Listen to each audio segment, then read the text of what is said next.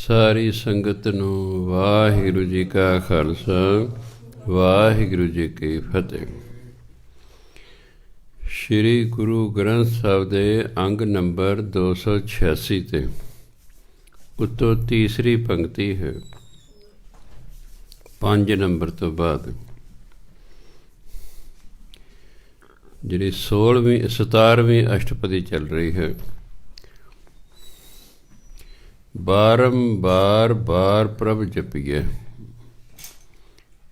ਬਾਰੰਬਾਰ, ਇਹਨੂੰ ਬਾਰੰਬਾਰ ਨਹੀਂ ਪੜ੍ਹਨਾ। ਜਿਹੜੀ ਟਿੱਪੀ ਹੈ ਇਹ ਮੰਮੇ ਦੀ ਆਵਾਜ਼ ਦਿੰਦੀ ਹੈ। ਬਾਰੰਬਾਰ ਨਹੀਂ ਪੜ੍ਹਨਾ, ਬਾਰੰਬਾਰ ਪੜ੍ਹਨਾ, ਅਗੇਨ ਐਂਡ ਅਗੇਨ, ਵਾਰੀ ਵਾਰੀ। ਬਾਰੰਬਾਰ ਬਾਰ ਪ੍ਰਭ ਜਪੀਏ, ਪੀ ਅੰਮ੍ਰਿਤ ਇਹ ਮਨ ਤਨ ਧਰਪੀਏ। ਧਰਪੀਆ ਹੁੰਦਾ ਰੱਜ ਜਾਣਾ। ਵਾਰੀ ਵਾਰੀ ਪਰਮਾਤਮਾ ਦਾ ਨਾਮ ਜਪਣਾ ਚਾਹੀਦਾ। ਵਾਹਿਗੁਰੂ ਵਾਹਿਗੁਰੂ ਵਾਹਿਗੁਰੂ ਵਾਹਿਗੁਰੂ, ਉੱਠਦੇ ਬੈਠਦੇ ਤੁਰਦੇ ਜਾਪ ਕਰਦੇ ਰਹਿਣਾ। ਵਾਰ ਵਾਰ ਪਰਮਾਤਮਾ ਦਾ ਨਾਮ ਜਪਣਾ ਚਾਹੀਦਾ। ਇਹ ਫਿਰ ਇਹ ਨਾਮ ਅੰਮ੍ਰਿਤ ਪੀ ਕੇ ਤਨ ਅਤੇ ਮਨ ਦੋਨੋਂ ਰੱਜ ਜਾਂਦੇ ਹਨ। ਮਨ ਦੀ ਸਾਰੀ ਭੁੱਖ, ਮਨ ਦੀਆਂ ਤ੍ਰਿਸ਼ਨਾਵਾਂ ਖਤਮ ਹੋ ਜਾਂਦੀਆਂ, ਮਨ ਨੂੰ ਸੰਤੁਸ਼ਟੀ ਆ ਜਾਂਦੀ ਹੈ। ਉਹ ਕਹਿੰਦਾ ਦਾਤੇ ਦਿੱਤਾ ਬਹੁਤ ਹੈ, ਕਿਉਂਕਿ ਰੱਜ ਗਿਆ ਹੈ। ਭੁੱਖਾ ਹੈ, ਕਰੋੜਾਂ ਕੋਲ ਨੇ, ਕਹਿੰਦਾ ਅਜੇ ਥੋੜ੍ਹੇ ਨੇ, ਕਿਉਂਕਿ ਦੂਜੇ ਕੋਲ ਜ਼ਿਆਦਾ ਨੇ। ਫਿਰ ਜਦੋਂ ਨਾਮ ਜਪੀ ਜਾਂਦਾ ਜਪੀ ਜਾਂਦਾ ਜਪੀ ਜਾਂਦਾ, ਅੰਦਰ ਮਨ ਦੀ ਸੰਤੁਸ਼ਟੀ ਹੋ ਜਾਂਦੀ ਹੈ, ਮਨ ਤਨ ਰੱਜ ਜਾਂਦੇ। ਨਾਮ ਰਤਨ ਜਿਨ ਗੁਰਮੁਖ ਪਾਇਆ, ਤਿਸ ਕਿਛ ਅਵਰ ਨਾਹੀ ਦ੍ਰਿਸ਼ਟ ਆਇਆ। ਜਿਹਨੂੰ ਗੁਰਮੁਖ ਗੁਰੂ ਦੇ ਰਾਹੀਂ ਨਾਮ ਰਤਨ ਪ੍ਰਾਪਤ ਹੋ ਗਿਆ। ਰਤਨ ਬਹੁਤ ਕੀਮਤੀ ਪਦਾਰਥ ਹੁੰਦਾ, ਹੀਰਾ ਲਾਲ ਰਤਨ ਮੋਤੀ, ਇਹ ਕੀਮਤੀ ਪਦਾਰਥ ਨੇ। ਨਾਮ ਨੂੰ ਵੀ ਬਹੁਤ ਕੀਮਤੀ ਪਦਾਰਥ ਕਿਹਾ ਗਿਆ ਹੈ, ਇਸ ਲਈ ਨਾਮ ਨੂੰ ਰਤਨ ਕਿਹਾ ਗਿਆ। ਜਿਹਨੂੰ ਗੁਰੂ ਰਾਹੀਂ ਨਾਮ ਰੂਪੀ ਰਤਨ ਪ੍ਰਾਪਤ ਹੋ ਜਾਂਦਾ ਹੈ, ਤਿਸ ਕਿਛ ਅਵਰ ਨਾਹੀ ਦ੍ਰਿਸ਼ਟ ਆਇਆ। ਉਹ ਫਿਰ ਪਰਮਾਤਮਾ ਤੋਂ ਬਿਨਾਂ ਹੋਰ ਕਿਸੇ ਨੂੰ ਦੇਖਦੇ ਹੀ ਨਹੀਂ ਹੈਗਾ। ਉਹ ਕਿਸੇ ਹੋਰ ਨੂੰ ਵੇਖਦੇ ਹੀ ਨਹੀਂ ਹੈਗਾ। ਬਸ ਸਭ ਪਾਸੇ ਪਰਮਾਤਮਾ ਹੀ ਪਰਮਾਤਮਾ ਵੇਖਦਾ ਹੈ। ਨਾਮ ਧਨ ਨਾਮੋ ਰੂਪ ਰੰਗ, ਨਾਮੋ ਸੁਖ ਹਰ ਨਾਮ ਕਾ ਸੰਗ। ਜਿਹੜਾ ਗੁਰਮੁਖ ਹੁੰਦਾ ਉਹਦੇ ਲਈ ਨਾਮ ਧਨ ਹੈ, ਉਹਦੇ ਨਾਮ ਹੀ ਧਨ ਹੈ। ਨਾਮੋ ਰੂਪ ਰੰਗ, ਨਾਮ ਹੀ ਉਹਦਾ ਰੂਪ ਰੰਗ ਹੈ। ਨਾਮੋ ਸੁਖ, ਨਾਮ ਰਾਹੀਂ ਹੀ ਉਹਨੂੰ ਸੁੱਖ ਮਿਲਦਾ ਹੈ। ਹਰ ਨਾਮ ਕਾ ਸੰਗ, ਤੇ ਹਮੇਸ਼ਾ ਹਰੀ ਦੇ ਨਾਮ ਦੀ ਸੰਗਤ ਕਰਦਾ। ਉਹਦੇ ਲਈ ਪਰਮਾਤਮਾ ਦਾ ਨਾਮ ਹੀ ਸਭ ਕੁਛ ਹੋ ਜਾਂਦਾ ਹੈ। ਇਹੀ ਉਹਦੇ ਲਈ ਧਨ ਹੈ, ਇਹੀ ਉਹਦੇ ਲਈ ਰੂਪ ਰੰਗ ਹੈ, ਇਹੀ ਉਹਦੇ ਲਈ ਸੁੱਖ ਹੈ, ਇਹੀ ਪਰਮਾਤਮਾ ਦੀ ਸੰਗਤ ਹੈ। ਹੁਣ ਜਿਹੜਾ ਕਹਿੰਦਾ ਪਰਮਾਤਮਾ ਦੀ ਸੰਗਤ ਕਰਨੀ ਚਾਹੀਦੀ, ਨਾਮ ਜਪਣਾ ਹੀ ਉਹਦੀ ਸੰਗਤ ਕਰਨਾ। ਨਾਮ ਰਸ ਜੋ ਜਨ ਤ੍ਰਿਪਤਾਨੇ, ਮਨ ਤਨ ਨਾਮੈ ਨਾਮ ਸਮਾਨੇ। ਨਾਮ ਰਸ ਨਾਲ ਜਿਹੜੇ ਵਿਅਕਤੀ ਰੱਜ ਜਾਂਦੇ ਹਨ, ਤ੍ਰਿਪਤ ਹੋ ਜਾਣ, ਤ੍ਰਿਪਤਾਨੇ ਮਨ ਦਾ ਰੱਜ ਜਾਣਾ। ਨਾਮ ਰਸ ਨਾਲ ਜਿਹੜੇ ਵਿਅਕਤੀ ਰੱਜ ਜਾਂਦੇ ਹਨ, ਮਨ ਤਨ ਨਾਮੈ ਨਾਮ ਸਮਾਨੇ। ਉਹ ਮਨ ਕਰਕੇ ਤਨ ਕਰਕੇ ਨਾਮ ਦੇ ਵਿੱਚ ਲੀਨ ਹੋ ਜਾਂਦੇ ਹਨ। ਊਠਤ ਬੈਠਤ ਸੋਵਤ ਨਾਮ, ਕਹੋ ਨਾਨਕ ਜਨ ਕੈ ਸਦ ਕੰਮ। ਜਿਹੜਾ ਪਰਮਾਤਮਾ ਦਾ ਜਨ ਹੁੰਦਾ, ਪਰਮਾਤਮਾ ਜਿਹੜਾ ਭਗਤ ਹੁੰਦਾ ਹੈ, ਉਹਦਾ ਸਦਾ ਕੰਮ ਕੀ ਹੈ? ਊਠਤ ਬੈਠਤ ਸੋਵਤ ਨਾਮ। ਉੱਠਦਿਆਂ ਬੈਠਦਿਆਂ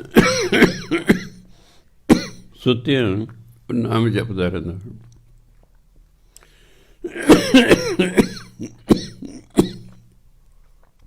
ਭਾਵ ਹਰ ਵਕਤ ਨਾਮ ਜਪਦਾ ਰਹਿੰਦਾ। ਇਹ ਪਰਮਾਤਮਾ ਜਿਹੜਾ ਭਗਤ ਹੈ ਉਹਦੇ ਕੰਮ ਹੈ। ਉਹਨੂੰ ਇੱਕੋ ਹੀ ਕੰਮ ਹੁੰਦਾ, ਪਰ ਨਾਮ ਜਪਦਾ ਰਹਿੰਦਾ। ਬਾਕੀ ਸਾਰੀਆਂ ਲੋੜਾਂ ਪਰਮਾਤਮਾ ਦੀਆਂ ਪੂਰੀਆਂ ਕਰਦਾ ਹੈ। ਉਹਨੂੰ ਚਿੰਤਾ ਨਹੀਂ ਹੁੰਦੀ ਆਪਣੀ ਲੋੜਾਂ ਦੀ, ਪਰਮਾਤਮਾ ਪੂਰੀਆਂ ਕਰਦਾ ਹੈ। ਕਿਉਂਕਿ ਕਹਿੰਦਾ ਤਾਂ ਸਿਰਫ ਅਤੇ ਸਿਰਫ ਮੇਰੀ ਭਜਨ ਬੰਦਗੀ ਕਰਦਾ ਰਹਿੰਦਾ। ਉੱਠਿਆ ਹੋਇਆ ਤਾਂ ਵੀ, ਬੈਠਾ ਤਾਂ ਵੀ, ਲੇਟਿਆ ਹੋਇਆ ਤਾਂ ਵੀ ਉਹ ਨਾਮ ਜਪਦਾ ਰਹਿੰਦਾ। ਬੋਲੋ ਜਸ ਜਿਹਬਾ ਦਿਨ ਰਾਤ, ਪ੍ਰਭ ਆਪਣੇ ਜਨ ਕੀਨੀ ਦਾਤ।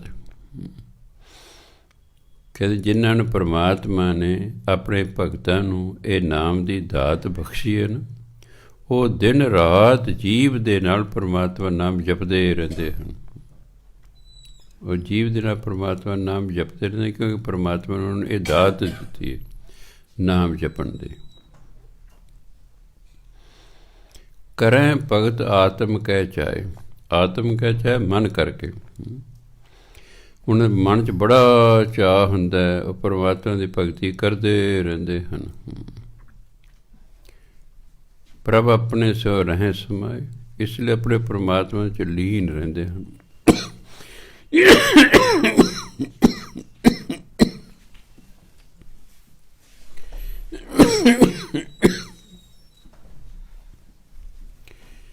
ਜੋ ਹੋਆ ਹੋਵਤ ਸੋ ਜਨ, ਪ੍ਰਭ ਆਪਣੇ ਕਾ ਹੁਕਮ ਬਚਨ। ਜੋ ਹੋ ਗਿਆ ਹੈ ਉਹ ਇਹ ਸਮਝ ਰਹੀ ਤਾਂ ਹੋਣਾ ਹੀ ਸੀ, ਇਸ ਲਈ ਉਹਨੂੰ ਅਫਸੋਸ ਨਹੀਂ ਹੁੰਦਾ ਵੀ ਤਾਂ ਹੋਣਾ ਹੀ ਸੀ। ਤਾਂ ਨੌਵੇਂ ਪਾਤਸ਼ਾਹ ਚਿੰਤਾ ਤਾਂ ਕੀ ਕੀਜੀਏ ਜੋ ਅਣਹੋਣੀ ਹੋਈ। ਅਣਹੋਣੀ ਕੁਛ ਨਹੀਂ ਹੁੰਦੀ, ਜੋ ਹੋਣਾ ਉਹ ਹੋ ਕੇ ਰਹਿੰਦਾ ਹੈ। ਕਹਿੰਦੇ ਸੀ ਚਿੰਤਾ ਕਾਹਦੀ ਕਰਨੀ, ਜੇ ਤਾਂ ਸਾਡੀ ਚਿੰਤਾ ਉਸ ਹੋਣੀ ਨੂੰ ਟਾਲ ਦੇਵੇ ਫਿਰ ਤਾਂ ਹੈ, ਹੋਣੀ ਨੇ ਤਾਂ ਹੋ ਕੇ ਰਹਿਣਾ।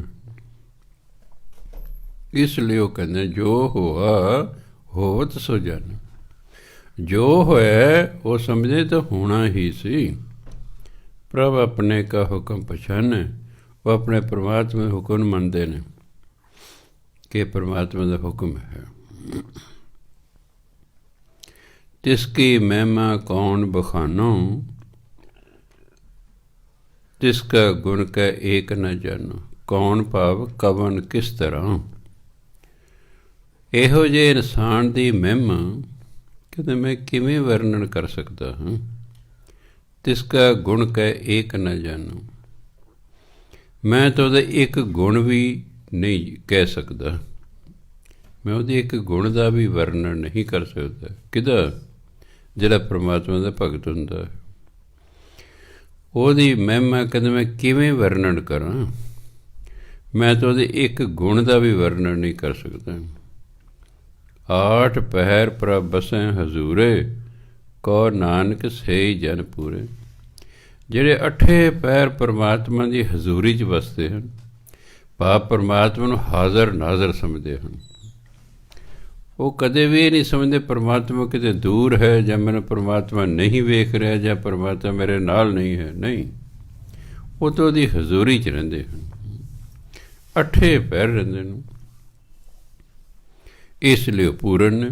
ਕਹੋ ਨਾਨਕ ਸਹੀ ਜਨ ਪੂਰੇ, ਉਹ ਵਿਅਕਤੀ ਪੂਰਨ ਹਨ ਕਿਉਂਕਿ ਅੱਠੇ ਪਹਿਰ ਪਰਮਾਤਮਾ ਦੀ ਹਜ਼ੂਰੀ ਵਿੱਚ ਰਹਿੰਦੇ ਹਨ। ਮਨ ਮੇਰੇ ਤਿਨ ਕੀ ਓਟ ਲੈ, ਮਨ ਤਨ ਆਪਣਾ ਤਿੰਨ ਜਨ ਦੇ। ਹੇ ਮੇਰੇ ਮਨਾ, ਇਹੋ ਜਿਹੇ ਭਗਤਾਂ ਦਾ ਓਟ ਲੈ, ਇਹੋ ਜਿਹੇ ਭਗਤਾਂ ਦਾ ਓਟ ਆਸਰਾ ਲੈ। ਆਪਣਾ ਮਨ ਅਤੇ ਤਨ ਉਹਨਾਂ ਭਗਤਾਂ ਨੂੰ ਅਰਪਣ ਕਰ ਦੇ। ਆਪਣਾ ਮਨ ਤਨ ਆਪਣਾ ਤਿੰਨ ਜਨ ਦੇ, ਉਹਨਾਂ ਭਗਤਾਂ ਨੂੰ ਆਪਣਾ ਮਨ ਅਤੇ ਤਨ ਅਰਪਣ ਕਰ ਦਿਓ। ਜਿਨ ਜਨ ਆਪਣਾ ਪ੍ਰਭੂ ਪਛਾਤਾ, ਸੋ ਜਨ ਸਰਬ ਥੋਕ ਕਾ ਦਤ। ਥੋਕ ਹੁੰਦੀਆਂ ਵਸਤੂਆਂ, ਉਹ ਸਾਰੀਆਂ ਵਸਤੂਆਂ ਦਾ ਦਾਤਾ ਹੋ ਜਾਂਦਾ ਹੈ। ਕੌਣ? ਜਿਨ ਜਨ ਆਪਣਾ ਪ੍ਰਭੂ ਪਛਾਤਾ, ਜਿਸ ਵਿਅਕਤੀ ਨੇ ਪਰਮਾਤਮਾ ਨੂੰ ਜਾਣ ਲਿਆ, ਜਿਸ ਨੇ ਪਰਮਾਤਮਾ ਦੇ ਦਰਸ਼ਨ ਕਰ ਲਏ, ਉਹ ਫਿਰ ਦਾਤਾ ਹੋ ਜਾਂਦਾ ਹੈ। ਉਹ ਸਾਰੀਆਂ ਚੀਜ਼ਾਂ ਦਾ ਦਾਤਾ ਹੋ ਜਾਂਦਾ ਹੈ। ਗੁਰੂ ਨਾਨਕ ਦੇਵ ਜੀ ਦੀ ਇੱਛਾ ਸੀ ਕਿ ਮੇਰਾ ਸਿੱਖ ਮੰਗਤਾ ਨਾ ਹੋਵੇ, ਦਾਤਾ ਹੋਵੇ। ਕਿਉਂ? ਉਹਨਾਂ ਨੂੰ ਪਤਾ ਸੀ ਜਿਹੜਾ ਨਾਮ ਜਪਦਾ ਰਹਿੰਦਾ ਇੱਕ ਦਿਨ ਦਾਤਾ ਹੋ ਜਾਂਦਾ। ਇੱਕ ਮੰਗਤਾ ਵੀ ਦਾਤਾ ਹੋ ਸਕਦਾ ਹੈ ਜੋ ਦਿਨ ਰਾਤ ਸਾਲਾਂ ਬੱਧੀ ਨਾਮ ਜਪਦਾ ਰਹੇ, ਇੱਕ ਦਿਨ ਉਹ ਵੀ ਦਾਤਾ ਹੋ ਜਾਏਗਾ। ਉਹਨੂੰ ਰਿੱਧੀਆਂ ਸਿੱਧੀਆਂ ਪ੍ਰਾਪਤ ਹੋ ਜਾਣਗੀਆਂ। ਲੋਕ ਆਪਣੇ ਤਕਲੀਫਾਂ ਲੈ ਕੇ ਆਇਆ ਕਰਨਗੇ, ਲੋਕ ਆਪਣੀਆਂ ਇੱਛਾਵਾਂ ਲੈ ਕੇ ਉਹਦੇ ਕੋਲ ਆਇਆ ਕਰਨਗੇ, ਸਾਡੀ ਪੂਰੀ ਕਰ ਦਿਓ, ਉਹ ਦਾਤਾ ਹੋ ਜਾਏਗਾ। ਪਰ ਇਹ ਮਨੁੱਖ ਨਾਮ ਜਪਦਾ ਨਹੀਂ ਹੈਗਾ, ਹੋਰ ਪੁੱਠੇ ਕੰਮਾਂ 'ਚ ਪਿਆ ਰਿਹਾ ਅਤੇ ਮੰਗਤਾ ਬਣਿਆ ਹੋਇਆ। ਸਿੱਖ ਇਹ ਆਤਮ ਹੱਤਿਆ ਕਰ ਲਈ, ਦੱਸ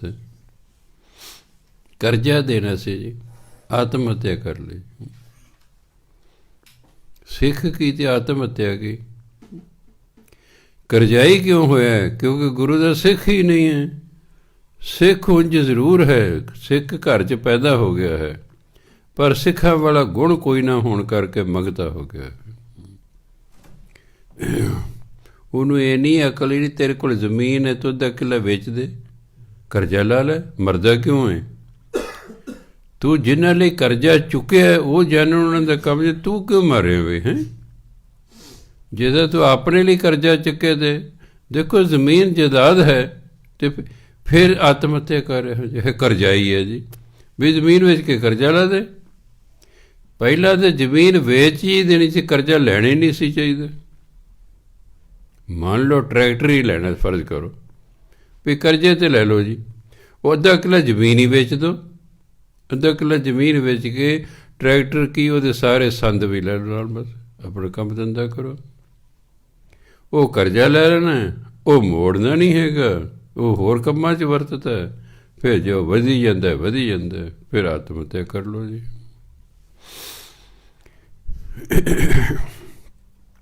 ਸੋ ਅਸੀਂ ਕਰਜ਼ੇ ਵੀ ਜਿਹੜੇ ਲੈਂਦੇ ਹਾਂ, ਫਿਰ ਜਿਸ ਕੰਮ ਲਈ ਕਰਜ਼ਾ ਲਿਆ ਹੈ ਉਹ ਨਹੀਂ ਕਰਨਾ। ਕਰਜ਼ਾ ਹੋਰ ਕੰਮ ਲਈ ਹੈ, ਵਰਤਣਾ ਹੋਰ ਥਾਂ 'ਤੇ। ਪੈਸਾ ਉੱਥੇ ਹੀ ਲਾਉਣਾ ਚਾਹੀਦਾ ਜਿੱਥੇ ਰਿਟਰਨ ਆਵੇ। ਜਿੱਥੇ ਰਿਟਰਨ ਹੀ ਨਹੀਂ ਉੱਥੇ ਪੈਸਾ ਲਾਉਣ ਦਾ ਕਿਆ ਫਾਇਦਾ ਬਈ? ਤੁਸੀਂ ਆਪਣੇ ਮੁੰਡੇ ਕੁੜੀ ਦੇ ਵਿਆਹ 'ਤੇ 20-20 ਲੱਖ ਲਾਤਾ, ਕੋਈ ਰਿਟਰਨ ਨਹੀਂ ਆਉਣੀ, ਕੁਛ ਵਾਪਸ ਨਹੀਂ ਆਉਣਾ ਉਹਦੇ 'ਚੋਂ, ਅਤੇ ਕਰਜ਼ਾ ਤੁਹਾਡੇ ਸਿਰ ਚੜ੍ਹ ਗਿਆ, ਉਹ ਕਿਵੇਂ ਲੱਥੇਗਾ ਵੀ ਹੈ? ਜੇ ਤਾਂ ਤੁਸੀਂ ਕਿਸੇ ਚੀਜ਼ ਲਈ ਕਰਜ਼ਾ ਲਿਆ ਹੁੰਦਾ ਫਿਰ ਤਾਂ ਉਸ ਤੋਂ ਫਾਇਦਾ ਤੁਸੀਂ ਉਠਾਉਂਦੇ। ਤੁਸੀਂ ਤਾਂ ਕਰਜ਼ਾ ਲੈ ਕੇ ਮੁੰਡੇ ਜਾਂ ਕੁੜੀ ਦਾ ਵਿਆਹ ਕਰਤਾ ਹੈ, ਉਹ ਕਿਵੇਂ ਉਤਰੇਗਾ ਵੀ? ਉਤਰ ਹੀ ਨਹੀਂ ਸਕਦਾ, ਕਿਉਂਕਿ ਇਨਵੈਸਟ ਹੀ ਨਹੀਂ ਹੋਇਆ। ਉਹ ਬਹੁਤ ਪਰਿਵਾਰ ਨੇ, ਸਾਡਾ ਇੱਕ ਸਤਸੰਗ ਹੀ ਹੈ, ਮੁੰਡੇ ਵਾਲੇ ਕਹਿੰਦੇ ਸੀ 11 ਬੰਦੇ ਆਵਾਂਗੇ, ਕਹੇ ਜੀ ਸਾਡਾ ਤਾਂ 100 ਕੁ ਬੰਦਾ ਹੋਏਗਾ, ਕਹੇ ਚੰਗਾ ਫਿਰ ਅਸੀਂ 250 ਆਵਾਂਗੇ, ਲੈ ਲੱਗਾ ਰਿਹਾ। ਹੁਣ ਫਿਰ ਅਸੀਂ ਮੂਰਖ ਹੀ ਹੋਏ ਨਾ, ਭਾਵੇਂ ਕਥਾ ਸੁਣ ਰਿਹਾ ਹੋਵੇ। ਅਗਲੇ ਕਹਿੰਦੇ ਅਸੀਂ 11 ਆਵਾਂਗੇ, ਮੁੰਡੇ ਵਾਲੇ ਕਹਿੰਦੇ ਕੁੜੀ ਵਾਲੇ ਨੂੰ, ਇਹ ਕਹਿੰਦੇ ਨਾ ਜੀ ਸਾਡੇ ਤੋਂ ਜ਼ਿਆਦਾ ਬੰਦੇ ਹੋਣਗੇ, ਚੰਗਾ ਫਿਰ ਕਹਿੰਦੇ ਅਸੀਂ 250 ਆਵਾਂਗੇ, ਚੱਲ ਘਰ ਫਿਰ 400 ਦਾ ਪ੍ਰਬੰਧ। ਹੁਣ ਉਹ 11 ਆਇਆ ਸੀ, 5-7 ਤੂੰ ਸੱਦ ਲਿਆ ਆਪਣੇ, ਬਸ ਨਿਬੜਿਆ ਕੰਮ। ਜਦੋਂ ਅੰਮ੍ਰਿਤਧਾਰੀ ਨੇ ਵਾਲੇ ਕਹਿੰਦੇ ਅਸੀਂ 11 ਬੰਦੇ ਆਵਾਂਗੇ, ਅੱਛਾ ਭਾਈ ਸਿੱਧੇ ਗੁਰਦੁਆਰਾ ਸਾਹਿਬ ਆ ਜਾਓ, ਉੱਥੇ ਉੱਥੇ ਪਹਿਲਾਂ ਚਾਹ ਪਾਣੀ ਪਿਲਾਓ, ਉੱਥੇ ਲਾਵਾਂ ਦਿਓ, ਦੁਪਹਿਰ ਦੀ ਰੋਟੀ ਖਵਾ ਕੇ ਤੋਰ ਦਿਓ। ਅੰਮ੍ਰਿਤਧਾਰੀ ਨੇ ਕਿਹੜੇ ਕੋਈ ਗੰਦੇ ਗੀਤ ਲਾਉਣੇ ਹੁੰਦੇ ਨੇ ਉੱਥੇ? ਹਾਂਜੀ, ਵੀ ਜਿਹੜੇ ਤੁਸੀਂ ਆਰਕੈਸਟਰਾ ਉੱਥੇ ਲਾਉਣਾ ਜੀ ਨਾ, ਬਸ ਖਰਚਾ ਕਰਨਾ ਫਿਰੀ ਜੋ। ਫਿਰ ਅਸੀਂ ਸਾਨੂੰ, ਮੈਂ ਤਾਂ ਪਿੱਟਦਾ ਹੁੰਦਾ ਕਿ ਤੁਹਾਨੂੰ ਪੈਸਾ ਵਰਤਣਾ ਨਹੀਂ ਆਉਂਦਾ, ਤੁਹਾਨੂੰ ਖਰਚਣਾ ਆਉਂਦਾ, ਇਸ ਲਈ ਤੁਸੀਂ ਨੰਗ ਹੋ ਜਾਂਦੇ ਹੋ। ਹੋਰ ਕੀ ਹੈ? ਨੰਗ ਹੁੰਦਾ ਹੀ ਬੰਦਾ ਖਰਚਣ ਵਾਲਾ, ਵਰਤਣ ਵਾਲਾ ਨਹੀਂ ਹੁੰਦਾ ਹੈਗਾ। ਵਰਤਣ 'ਤੇ ਨਹੀਂ ਬਹੁਤਾ ਪੈਸਾ ਲੱਗਦਾ, ਖਰਚਣ 'ਤੇ ਜਿੰਨਾ ਇੱਕ ਦਿਨ ਜਿੰਨੇ ਮਰਜ਼ੀ ਖਰਚ ਦਿਓ। ਉਹ 400 ਬੰਦਾ ਹੋਊਗਾ, ਮੰਨ ਲਓ ਫਰਜ਼ ਕਰੋ, ਅਤੇ ਜੇ ਕਿਤੇ ਰੈਸਟੋਰੈਂਟ ਕੀਤਾ ਹੋਵੇ, ਪੈਲਸ, 2000 ਰੁਪਏ ਥਾਲੀ, ਦੱਸੋ ਕਿੱਥੇ ਜਾ ਕੇ ਪਹੁੰਚੇਗਾ? ਅਸੀਂ ਆਪ ਹੀ ਆਪਣੇ ਖਰਚੇ ਵਧਾ ਲੈਂਦੇ ਹਾਂ। ਮੁੰਡੇ ਵਾਲੇ ਤਾਂ ਕੁੜੀ ਨੂੰ 3 ਕੱਪੜਿਆਂ 'ਚ ਲਿਜਾਣ ਲਈ ਵੀ ਤਿਆਰ ਹੋ ਜਾਂਦੇ, ਬਹੁਤ ਪਰਿਵਾਰ ਨੇ। ਹਾਂ, ਕਹਿੰਦੇ ਅਸੀਂ ਕੁਛ ਨਹੀਂ ਲੈਣਾ ਜੀ। ਹਾਂ, ਇੱਕ ਨੇ ਕਿਹਾ, ਇੱਕ ਪਰਿਵਾਰ ਨੂੰ ਵਿਖਾਇਆ, ਸਾਡਾ ਸਤਸੰਗੀ, ਕਿ ਦੇਖੋ ਜੀ ਮੇਰੇ ਘਰ 'ਚ ਸਭ ਕੁਛ ਹੈ, ਕਾਰ ਖੜੀ ਹੈ, ਮੋਟਰਸਾਈਕਲ ਖੜਾ ਹੈ, ਆਹ ਸਾਰਾ ਫਰਨੀਚਰ ਹੈਗਾ, ਵੀ ਸਾਨੂੰ ਕੁਛ ਨਹੀਂ ਚਾਹੀਦਾ। ਟਰੱਕ ਭਰ ਕੇ ਲਾਇਆ ਜੀ। ਉਹ ਮੈਨੂੰ ਸੱਦ ਲਿਆ ਉਹਨੇ, ਕਹਿੰਦਾ ਬਾਬਾ ਜੀ ਦੱਸੋ ਕਿੱਥੇ ਰੱਖਾਂ ਮੈਂ ਇਹਨਾਂ ਦਾ ਸਮਾਨ, ਮੈਂ ਕਿੱਥੇ ਰੱਖਾਂ? ਜੇ ਮੈਂ ਇਹਨਾਂ ਦਾ ਰੱਖਦਾ ਹਾਂ ਤਾਂ ਫਿਰ ਮੈਂ ਆਪਣਾ ਕਿੱਥੇ ਰੱਖਾਂ? ਨਹੀਂ ਜੀ ਹੁਣ ਤੁਸੀਂ ਲੈ ਜੀ। ਮੈਂ ਲਵਾ ਲੈ ਭਾਈ, ਹੁਣ ਲੈ। ਅਗਲਾ ਕਹਿੰਦਾ ਸਾਨੂੰ ਕੁਛ ਨਹੀਂ ਚਾਹੀਦਾ ਜੀ, ਸਭ ਕੁਛ ਹੈ। ਉਹਨਾਂ ਨੇ ਵਿਖਾ ਤਾ ਮੇਰੇ ਸਾਹਮਣੇ ਵੀ ਸਾਨੂੰ ਕੁਛ ਨਹੀਂ ਚਾਹੀਦਾ ਜੀ, ਸਾਨੂੰ ਫਰਨੀਚਰ ਦੀ ਲੋੜ ਹੈਗੀ, ਕਾਰ ਵੀ ਸਾਡੇ ਕੋਲ ਹੈ, ਮੋਟਰਸਾਈਕਲ ਵੀ ਸਾਡੇ ਕੋਲ ਹੈ, ਫਰਨੀਚਰ ਵੀ ਹੈ, ਕੋਠੀ ਵੀ ਹੈ, ਸਭ ਕੁਛ ਹੈ। ਨਾ ਜੀ, ਫਿਰ ਟਰੱਕ ਭਰ ਕੇ ਲੈ। ਉਹਨੇ ਵਿਚਾਰੇ ਮੈਨੂੰ ਸੱਦਿਆ, ਬਾਬਾ ਜੀ ਆਇਓ ਜਰਾ। ਦੋਨੇ ਹੀ ਸਾਡੇ ਸਤਸੰਗੀ ਸਨ। ਸੋ ਐਵੇਂ ਹੀ ਖਰਚਾ ਕਰੀ ਜਾਣਾ, ਬਸ ਫਜ਼ੂਲ ਦਾ, ਲੋੜ ਹੈ ਨਹੀਂ ਹੈਗੀ। ਜਿਵੇਂ ਬੀਬੀਆਂ ਨੇ ਕੱਪੜੇ ਦੀ ਲੋੜ ਨਹੀਂ, ਖਰੀਦੀ ਜਾਣਾ ਬਸ। ਭਾਈ ਦਾ ਕਿੰਨਾ ਜਿਹੜਾ ਹੈ ਬਜਟ, ਇਹ ਕੱਪੜਿਆਂ ਦੀ ਖਰਾਬ ਕਰ ਦਿੰਦੀਆਂ ਨੇ। ਚਲੋ ਖੈਰ। ਸੋ ਗੁਰੂ ਮਹਾਰਾਜ ਕਹਿੰਦੇ,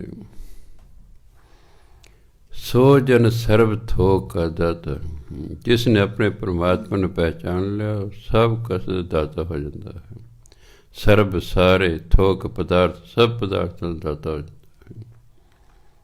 ਤਿਸ ਕੀ ਸ਼ਰਨ ਸਰਬ ਸੁਖ ਪਾਵੇਂ, ਤਿਸ ਕੈ ਦਰਸ ਸਭ ਪਾਪ ਮਿਟਾਵੇਂ। ਇਹੋ ਜਿਹੇ ਇਨਸਾਨ ਭਗਤ ਦੀ ਸ਼ਰਨ ਚ ਆ ਕੇ ਸਾਰੇ ਸੁੱਖਾਂ ਦੀ ਪ੍ਰਾਪਤੀ ਹੋ ਜਾਂਦੀ ਹੈ। ਤਿਸ ਕੈ ਦਰਸ, ਉਹਦੇ ਦਰਸ਼ਨ ਕਰਕੇ ਸਭ ਪਾਪ ਮਿਟਾ, ਸਾਰੇ ਪਾਪ ਮਿਟ ਜਾਂਦੇ। ਅਵਰ ਸਿਆਣਪ ਸਗਲੀ ਛਾੜ, ਤਿਸ ਜਨ ਕੀ ਤੂੰ ਸੇਵਾ ਲਾਗ। ਆਪਣੀ ਸਾਰੀ ਸਿਆਣਪ ਛੱਡ ਤੇ ਇਹੋ ਜਿਹੇ ਭਗਤ ਦੀ ਸੇਵਾ 'ਚ ਲੱਗ ਜਾ। ਫਿਰ ਕੀ ਹੋਏਗਾ? ਆਮਨ ਜਾਣ ਨਾ ਹੋਵੀ ਤੇਰਾ, ਫਿਰ ਤੇਰਾ ਜੰਮਣਾ ਮਰਨਾ ਖਤਮ ਹੋ ਜਾਏਗਾ। ਨਾਨਕ ਤਿਸ ਜਨ ਕੇ ਪੂਜੋ ਸਦ ਪੈਰਾ। ਇਹੋ ਜਿਹੇ ਜਨ ਦੇ ਸਦਾ ਹੀ ਪੈਰਾਂ ਦੀ ਪੂਜਾ ਕਰਨੀ ਚਾਹੀਦੀ, ਪੈਰਾਂ ਨੂੰ ਸਪਰਸ਼ ਕਰਨਾ ਚਾਹੀਦਾ, ਮੱਥਾ ਟੇਕਣਾ ਚਾਹੀਦਾ ਹੈ। ਸ਼ਲੋਕ। ਇੱਥੇ 17 ਅਸ਼ਟਪਦੀਆਂ ਪੂਰੀਆਂ ਹੋ ਗਈਆਂ, 18ਵੀਂ ਅਸ਼ਟਪਦੀ ਸ਼ੁਰੂ ਹੋ ਰਹੀ ਹੈ। ਸਤਿਪੁਰਖ ਜਿਨ ਜਾਣਿਆ, ਸਤਿਗੁਰ ਤਿਸ ਕਾ ਨਾਮ। ਤਿਸ ਕੈ ਸੰਗ ਸਿਖ ਉਧਰੈ, ਨਾਨਕ ਹਰ ਗੁਣ ਗਾਓ। ਸਤਿਪੁਰਖ ਜਿਨ ਜਾਣਿਆ, ਜਿਹਨੇ ਪਰਮਾਤਮਾ ਨੂੰ ਜਾਣ ਲਿਆ। ਸਤਿਪੁਰਖ ਪਰਮਾਤਮਾ ਨੂੰ ਕਹਿੰਦੇ, ਜਿਸ ਨੇ ਪਰਮਾਤਮਾ ਨੂੰ ਜਾਣ ਲਿਆ। ਸਤਿਗੁਰ ਤਿਸ ਕਾ ਨਾਮ, ਉਹਦਾ ਨਾਮ ਦਾ ਸਤਿਗੁਰੂ। ਗੁਰੂ ਹੁੰਦਾ ਹੀ ਉਹ ਜਿਹਨੇ ਪਰਮਾਤਮਾ ਨੂੰ ਜਾਣ ਲਿਆ ਹੈ। ਅਤੇ ਜਿਹਨੇ ਅਜੇ ਤੱਕ ਪਰਮਾਤਮਾ ਨੂੰ ਨਹੀਂ ਜਾਣਿਆ, ਨਾ ਉਹਨੂੰ ਸੰਤ ਕਹਿਲਾਉਣਾ ਚਾਹੀਦਾ ਅਤੇ ਨਾ ਗੁਰੂ ਕਹਿਲਾਉਣਾ ਚਾਹੀਦਾ, ਕਿਉਂਕਿ ਅਧੂਰਾ ਹੈ। ਜਿਹੜਾ ਆਪ ਹੀ ਅਧੂਰਾ ਹੈ, ਉਹ ਦੂਸਰੇ ਨੂੰ ਪੂਰਾ ਨਹੀਂ ਕਰ ਸਕਦਾ। ਪੂਰਾ ਹੀ ਪੂਰੇ ਨੂੰ ਕਰ ਸਕਦਾ ਹੁੰਦਾ। ਅਧੂਰਾ ਦੂਜੇ ਨੂੰ ਪੂਰਾ ਨਹੀਂ ਕਰ ਸਕਦਾ ਹੁੰਦਾ। ਇਸ ਲਈ ਸੰਤ ਵੀ ਉਸ ਨੂੰ ਕਹਿਲਾਉਣਾ ਚਾਹੀਦਾ, ਕਿਉਂਕਿ ਸੰਤ ਅਨੰਤ ਹੈ, ਅੰਤਰ ਨਹੀਂ। ਅਨੰਤ ਪਰਮਾਤਮਾ ਨੂੰ ਕਹਿੰਦੇ ਨੇ। ਸੰਤ ਅਤੇ ਪਰਮਾਤਮਾ 'ਚ ਕੋਈ ਫਰਕ ਨਹੀਂ ਹੁੰਦਾ। ਇਸ ਲਈ ਸੰਤ ਦੀ ਪਦਵੀ ਬਹੁਤ ਉੱਚੀ ਹੈ। ਜਿਹਨੇ ਪਰਮਾਤਮਾ ਨੂੰ ਜਾਣ ਲਿਆ ਹੈ, ਉਹੀ ਬ੍ਰਹਮ ਗਿਆਨੀ ਹੁੰਦਾ, ਉਹੀ ਸੰਤ ਹੁੰਦਾ, ਉਹੀ ਗੁਰੂ ਹੁੰਦਾ ਹੈ। ਸੋ ਤਾਂ ਕਹਿੰਦੇ, ਸਤਿਪੁਰਖ ਜਿਨ ਜਾਣਿਆ, ਸਤਿਗੁਰ ਤਿਸ ਕਾ ਨਾਮ। ਤਿਸ ਕੈ ਸੰਗ ਸਿੱਖ ਉਧਰੈ। ਇਹੋ ਜਿਹੇ ਗੁਰੂ ਦੀ ਸੰਗਤ ਕਰਕੇ ਸਿੱਖ ਦਾ ਪਾਰ ਉਤਾਰਾ ਹੋ ਜਾਂਦਾ ਹੈ। ਨਾਨਕ ਹਰ ਗੁਣ ਗਾਓ। ਅਤੇ ਹੈ ਨਾਨਕ, ਉਹ ਫਿਰ ਪਰਮਾਤਮਾ ਦੇ ਗੁਣ ਗਾਉਂਦਾ ਹੈ, ਕਿਉਂਕਿ ਗੁਣ ਗਾਉਣ ਵਾਲੇ ਦੀ ਸੰਗਤ 'ਚ ਹੋ ਗਈ ਅਤੇ ਗੁਣ ਹੀ ਗਾਉਣੇ। ਫਿਰ ਜਿਹੋ ਜਿਹੀ ਅਸੀਂ ਸੰਗਤ ਕਰਦੇ ਹਾਂ, ਉਹੋ ਜਿਹੇ ਹੋਣਾ। ਇਹ man is known by the company he keeps. ਜੋ ਉਹਦੀ ਸੰਗਤ ਹੈ, ਉੱਥੋਂ ਪਤਾ ਲੱਗਦਾ ਕਿਹੋ ਜਿਹਾ ਬੰਦਾ। ਇਸ ਲਈ ਆਪਣੇ ਬੱਚਿਆਂ ਦੀ, ਚਾਹੇ ਲੜਕੀ ਹੈ ਚਾਹੇ ਲੜਕਾ ਹੈ, ਉਹਦੇ ਸੰਗੀ ਸਾਥੀ ਨੇ, ਦੋਸਤ ਮਿੱਤਰ ਸਹੇਲੀਆਂ ਨੇ, ਉਹ ਕਿਹੋ ਜਿਹੀਆਂ ਨੇ, ਇਹ ਖਿਆਲ ਰੱਖਣਾ। ਕਿਉਂਕਿ ਉਹਨਾਂ ਦੀ ਸੰਗਤ ਕਰਨੀ ਹੈ, ਅਸਰ ਪੈਣਾ ਹੈ। ਉਹ ਕਿਹੋ ਜਿਹੇ ਹਨ ਜਾਂ ਕਿਹੋ ਜਿਹੀਆਂ ਹਨ, ਇਹਦਾ ਪਤਾ ਕਰਨਾ ਮਾਂ ਪਿਓ ਦਾ ਫਰਜ਼ ਬਣਦਾ, ਤਾਂ ਜੋ ਉਹਨਾਂ ਦਾ ਬੱਚਾ ਵਿਗੜ ਨਾ ਜਾਵੇ। ਇੱਕ ਵਾਰੀ ਵਿਗੜਿਆ ਹੈ, ਬੜਾ ਔਖਾ ਹੁੰਦਾ ਸੁਧਾਰਨਾ। ਵਿਗੜਨ 'ਚ ਕੋਈ ਦੇਰ ਨਹੀਂ ਲੱਗਦੀ ਹੁੰਦੀ, ਸੁਧਰਨ 'ਚ ਬਹੁਤ ਟਾਈਮ ਲੱਗਦਾ ਹੁੰਦਾ। ਭੈੜਾ ਬੰਦਾ ਬਣਨ 'ਚ ਕੋਈ ਦੇਰ ਨਹੀਂ ਲੱਗਦੀ, ਵਧੀਆ ਬਣਦੇ ਕਈ ਸਾਲ ਲੱਗ ਜਾਂਦੇ ਨੇ। ਅਸ਼ਟਪਦੀ। ਸਤਿਗੁਰ ਸਿੱਖੀ ਕਰੈ ਪ੍ਰਤਿਪਾਲ। ਜਿਹਨੂੰ ਪੜ੍ਹਨਾ ਪ੍ਰਤਿਪਾਲ, ਤਤਰ ਸਿਆਰੀ ਬੋਲਣੀ ਹੈ, ਕਿਉਂਕਿ ਅਖੀਰਲੇ ਅੱਖਰ ਨੂੰ ਛੱਡ ਕੇ ਬਾਕੀ ਕਿਸੇ ਵੀ ਅੱਖਰ ਨਾਲ ਔਂਕੜ ਜਾਂ ਸਿਆਰੀ ਜੋ ਵੀ ਲੱਗੇ ਉਹਨੂੰ ਬੋਲਣਾ ਹੁੰਦਾ ਹੈ। ਅਮਲ ਪ੍ਰਤਿਪਾਲ, ਲੱਲੇ ਨੂੰ ਸਿਆਰੀ ਲੱਗੀ ਹੁੰਦੀ, ਫਿਰ ਆਪਾਂ ਨਹੀਂ ਵੀ ਬੋਲ ਸਕਦੇ ਉਸ ਨੂੰ। ਔਂਕੜ ਲੱਗਣ ਦਾ ਤਾਂ ਵੀ ਆਪਾਂ ਛੱਡ ਸਕਦੇ ਸੀ, ਪਰ ਜੇ ਵਿੱਚ ਕਿਸੇ ਅਖੀਰਲੇ ਅੱਖਰ ਨੂੰ ਛੱਡ ਕੇ ਬਾਕੀ ਕਿਸੇ ਵੀ ਅੱਖਰ ਨੂੰ ਜੋ ਵੀ ਮਾਤਰਾ ਲੱਗੀ ਹੋਈ ਹੈ ਉਹ ਉਚਾਰਨ ਕਰਨੀ ਹੈ। ਪ੍ਰਤਿਪਾਲ, ਪ੍ਰਤੀ ਹੁੰਦਾ ਚੰਗੀ ਤਰ੍ਹਾਂ, ਪਾਲ ਹੁੰਦਾ ਪਾਲਣਾ ਪੋਸ਼ਣਾ ਕਰਨੀ। ਗੁਰੂ ਜਿਹੜਾ ਹੈ ਆਪਣੇ ਸਿੱਖ ਦੀ ਚੰਗੀ ਤਰ੍ਹਾਂ ਪਾਲਣਾ ਪੋਸ਼ਣਾ ਕਰਦਾ ਹੈ।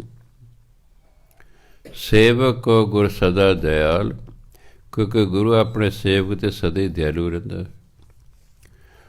ਤੁਹਾਡੀ ਕੋਈ ਸੇਵਾ ਕਰਦੇ ਤਾਂ ਤੁਹਾਡੀ ਖੁਸ਼ੀ ਉਸ 'ਤੇ। ਹਾਂਜੀ, ਕੋਈ ਵੀ ਸੇਵਾ ਕਰਦਾ, ਜਿਹੜਾ ਸੇਵਾ ਕਰਾ ਰਿਹਾ, ਜਿਹਦੀ ਸੇਵਾ ਕੀਤੀ ਜਾ ਰਹੀ ਹੈ, ਉਹਦੀ ਉਸ 'ਤੇ ਖੁਸ਼ੀ ਹੁੰਦੀ ਹੈ। ਇਸ ਲਈ ਗੁਰੂ ਸਦਾ ਹੀ ਸੇਵਕ 'ਤੇ ਦਿਆਲੂ ਹੁੰਦਾ ਹੈ। ਜੇ ਦਿਆਲੂ ਨਾ ਹੋਵੇ ਤਾਂ ਇਹਦਾ ਮਤਲਬ ਫਿਰ ਸਵਾਰਥੀ ਹੈ, ਵੀ ਆਪਣੀ ਸੇਵਾ ਕਰਾ ਲਓ, ਚਲ ਫਿਰ ਜਾਣ, ਫਿਰ ਜੋ ਹੋ ਗਿਆ ਵੀ ਆਪਣਾ ਕੰਮ ਕਢਾਓ, ਚਲ ਠੀਕ ਹੈ ਜੀ। ਨਹੀਂ, ਜਿੱਥੇ ਪਿਆਰ ਹੋਏਗਾ ਉੱਥੇ ਦਵੱਲੀ ਇੱਕ ਦੂਜੇ ਦਾ ਫਾਇਦਾ ਸੋਚਿਆ ਜਾਂਦਾ। ਸਿੱਖੀ ਗੁਰ ਦੁਰਮਤ ਮਲ ਹਿਰੈ। ਗੁਰੂ ਕੀ ਕਹਿੰਦਾ, ਸਿੱਖ ਦੇ ਅੰਦਰ ਜਿਹੜੀ ਦੁਰਮਤ ਹੈ, ਭੈੜੀ ਮੱਤ ਕਰ, ਜੋ ਮੈਲ ਲੱਗ ਗਈ ਨਾ ਮਨ ਨੂੰ, ਉਹ ਦੂਰ ਕਰ ਦਿੰਦੇ। ਹਿਰੈ ਅੰਦਰ ਦੂਰ ਕਰ ਦਿੰਦੇ, ਉਹਨੂੰ ਦੂਰ ਕਰ ਦਿੰਦੇ। ਗੁਰ ਬਚਨੀ ਹਰ ਨਾਮ ਉਚਰੈ। ਫਿਰ ਗੁਰੂ ਨੇ ਕਿਹਾ ਤੇ ਉਹ ਬੰਦਾ ਨਾਮ ਜਪਣ ਲੱਗ ਜਾਂਦਾ ਹੈ। ਗੁਰੂ ਦੇ ਬਚਨਾਂ ਨੂੰ ਮੰਨ ਕੇ ਉਹ ਇਨਸਾਨ ਫਿਰ ਨਾਮ ਜਪਦਾ ਹੈ। ਸਤਿਗੁਰ ਸਿੱਖ ਕੇ ਬੰਧਨ ਕੱਟ। ਮੋਹ ਮਾਇਆ ਦੇ ਬੰਧਨ ਗੁਰੂ ਸਿੱਖ ਦੇ ਕੱਟ ਦਿੰਦਾ ਹੈ। ਫਿਰ ਕੀ ਕਹਿੰਦਾ, ਗੁਰ ਕਾ ਸਿੱਖ ਵਿਕਾਰ ਤੇ ਹਟ। ਵਿਕਾਰ ਦੀਆਂ ਬੁਰਾਈਆਂ, ਗੁਰੂ ਦਾ ਸਿੱਖ ਬੁਰਾਈਆਂ ਤੋਂ ਹਟ ਜਾਂਦਾ ਹੈ, ਕਿ ਉਹ ਬੰਧਨ ਨਹੀਂ ਕੱਟਦੇ, ਬੁਰਾਈਆਂ ਛੱਡ ਦਿੰਦਾ। ਸਤਿਗੁਰ ਸਿੱਖ ਕੋ ਨਾਮ ਧਨ ਦੇ। ਫਿਰ ਗੁਰੂ ਮਹਾਰਾਜ ਕੀ ਕਰਦੇ, ਉਹਨੂੰ ਨਾਮ ਦੀ ਦਾਤ ਦਿੰਦੇ। ਦੇਖੋ, ਪਹਿਲਾਂ ਉਹਦੇ ਬੰਧਨ ਕੱਟੇ, ਉਹਨੂੰ ਵਿਕਾਰਾਂ ਤੋਂ ਹਟਾਇਆ, ਫਿਰ ਉਹਨੂੰ ਨਾਮ ਦਿੱਤਾ, ਫਿਰ ਉਹਨੂੰ ਨਾਮ ਦਿੱਤਾ। ਸਤਿਗੁਰ ਸਿੱਖ ਕੋ ਨਾਮ ਧਨ ਦੇ, ਗੁਰ ਕਾ ਸਿੱਖ ਵਿਡਭਾਗੀ ਹੈ। ਜਿਹਦੇ ਕੋਲ ਨਾਮ ਧਨ ਹੋਏਗਾ ਉਹ ਵੱਡੇ ਭਾਗਾਂ ਵਾਲਾ ਹੁੰਦਾ ਹੈ। ਤੁਸੀਂ ਨਾਮ ਜਪੀ ਜਾਓ, ਜਪੀ ਜਾਓ, ਜਪੀ ਜਾਓ, ਜਪੀ ਜਾਓ, ਜਦ ਤੇਰੇ ਕੋਲ ਨਾਮ ਧਨ ਹੋ ਗਏ ਤੁਸੀਂ ਵੱਡੇ ਭਾਗਾਂ ਵਾਲੇ ਹੋ ਜਾਓਗੇ, ਕਿਉਂਕਿ ਨਾਮ ਨੇ ਮੇਰੇ ਕੋਲ ਵੱਡੇ ਭਾਗਾਂ ਵਾਲਾ ਬਣਾ ਦੇਣਾ। ਬਦ ਕਿਸਮਤ ਦੀ ਵੀ ਗੁੱਡ ਲੱਕ ਹੋ ਜਾਂਦੀ ਹੈ। ਨਾਮ ਜਪ ਜਪ ਜਪ ਜਪ ਜਪ ਜਪ ਕੇ। ਨਾਮ 'ਚ ਤਾਕਤ ਹੀ ਇੰਨੀ ਹੈ, ਪਰ ਸਮਝ ਨਹੀਂ ਆ ਰਹੀ ਆਮ ਮਨੁੱਖ ਨੂੰ, ਜਿਹੜਾ ਉਹ ਇਸ ਪਾਸੇ ਲੱਗਦਾ ਨਹੀਂ ਹੈ।